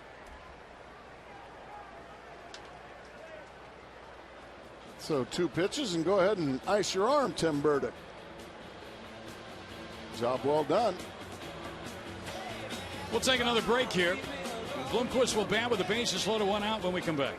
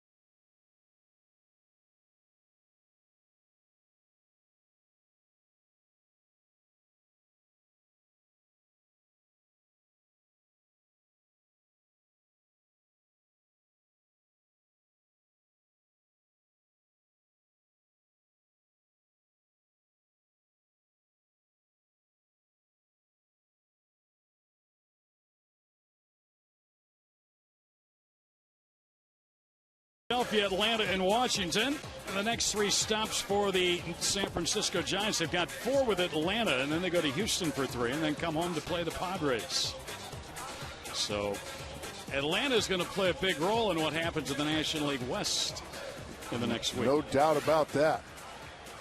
And Kirk Gibson just continues to say, we just take care of ourselves, and we'll let Atlanta do what they do.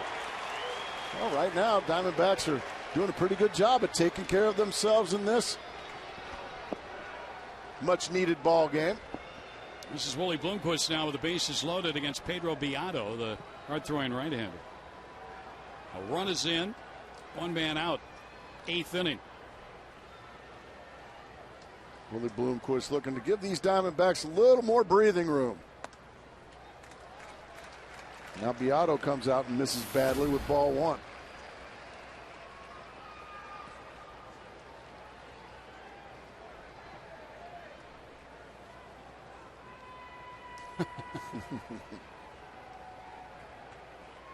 Well, he's next on the list here. He slaps that one foul back to the screen. 1-1. Well, the guys who got a chance to start here today, like Burrows, Blanco, they've contributed. Cowgill has taken an offer, but Burrow's been on twice. Blanco 3 times, 2 runs batted in. 1 grand slam in the career of Willie Bloomquist.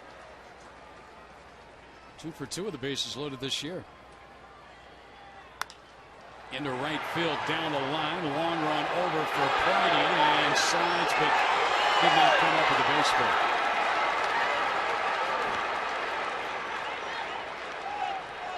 That would have been an easy tag for Burroughs to come in and Yeah, score. He caught it. you were almost wanting Pridey to catch that baseball, but instead that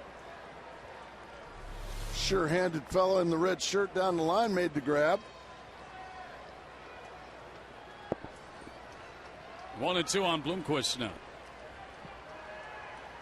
Now anything but a strikeout. Somehow, some way, you got to put this ball in play if you're Willie Bloomquist.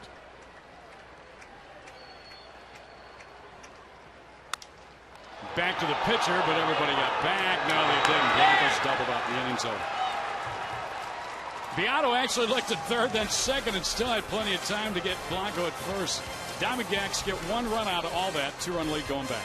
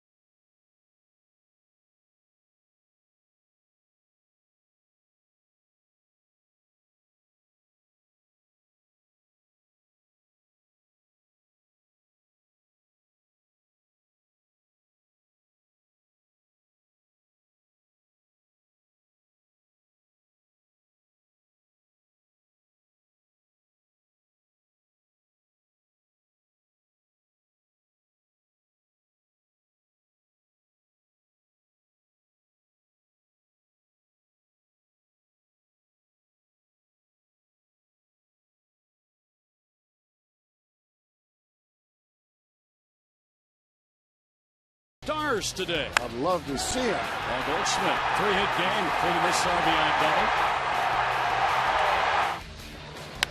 How about Justin Upton? He's run every night. A home run, number 25. Henry Blanco, big day. 2 runs banded in, a couple of hits. Mike Owens got a couple of big strikeouts to Wright and Bay with 2 on in the 7th inning. And then, of course, the Diamondbacks with a 5-3 lead. They'll turn the baseball over here to David Hernandez, who has saved 10 of 12 games this season. He's on again.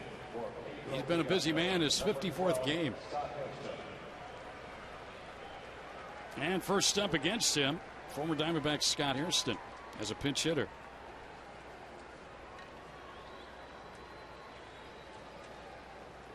Hairston's been productive off the bench for the Mets. He had a pinch double here the other night. And that one's high, ball 1. Hairston this year is 8 for 39 with 3 pinch hit home runs. The Diamondbacks have been unbeaten this year when leading after 8, 61-0. High towering fly ball foul. Third base side, Burroughs over, but it's going to be beyond his reach on top of the dugout. In fact, the Diamondbacks are the lone National League team to be undefeated, leading after 8. Looking for win number 68, trying to go 15 over 500, heading out on the road. What a way to head out on the road if David Hernandez can get 3 outs before he gives up 2 runs. What a much easier flight it's going to be to Philadelphia, Pennsylvania here this evening. Just missed. 90. Mid-90s seems like all the time with Hernandez. Sometimes a little bit better than that.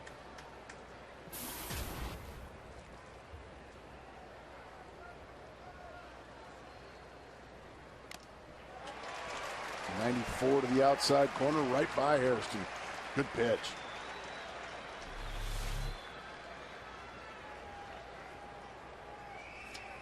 It's been quite a combination with Hernandez and Putz in the 8th and 9th innings, and even closing ball games. And you consider the JJ's got 29, 10 more for Hernandez. Popped up foul, back, Blanco back, but that's going to get back behind the screen. And the only other save on the team belongs to Joe Patterson. Check that, Zach Duke got a 4-inning save. Yeah, right.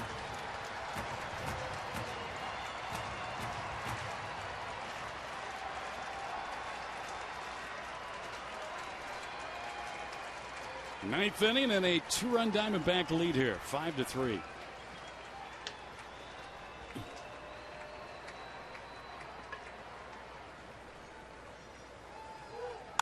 A drive to left, back on it goes Cowgill. He's got it, 1 out. Got a good break on it, tracked it down out there. It's a good call, Greg. He did get a very good break on that baseball. Hairston hammered it. He hit it right on the button. But Cowgill gets a good break on it and just makes a rather routine catch on a line drive off the bat of Scott Hairston. 1 big out. You want to hear how impressive Hernandez has been since July 2nd in save opportunities. He's 8 for 8.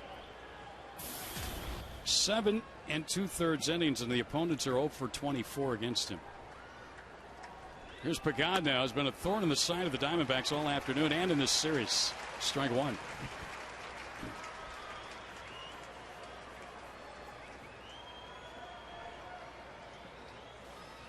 Pagad grounded to first in the first inning.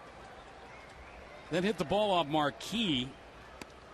His next at bat in the 3rd inning. Marquis continued to pitch. And finally, after delivering a pitch, he hit Josh Tully in the 4th inning. And he went down, as did the Mets catcher. And a broken right fibula for Marquis. Into left field. It's the Colin Cowgill inning. 2 outs, 9th.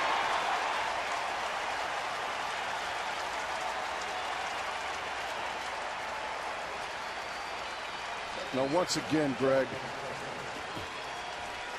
Kirk Gibson just showing me a lot. Here we are, the last game of a long homestand. And what's he do? Goes with fresh legs today. Henry Blanco, he's playing. Colin Cowgill's playing. Sean Burrows is playing. And they're not, and he's not taking them out for defensive purposes. He's letting them play the entire game. Guys like Kelly Johnson getting a full day's rest. Guys like Gerardo Parra getting a full day's rest. Montero, full day's rest. It's keeping the horses fresh. Popped up. Blomquist is there. Diamondbacks win. They're 15 over 500. They stay 2 in front of the Giants. And they finish this homestand 7-3, sweeping the Mets out of town. Not a bad week of baseball, week plus of baseball. What started as a possible bad homestand turned into an awfully good one thanks to a 6-game win streak to finish it up. A 7-3 homestand. Starting to see a lot of this. Diamondbacks shaking hands after ball games, and well, that's the goal of every ball game you go into. Shake hands afterwards. Oh, and did I mention the win streak is at 6, heading off to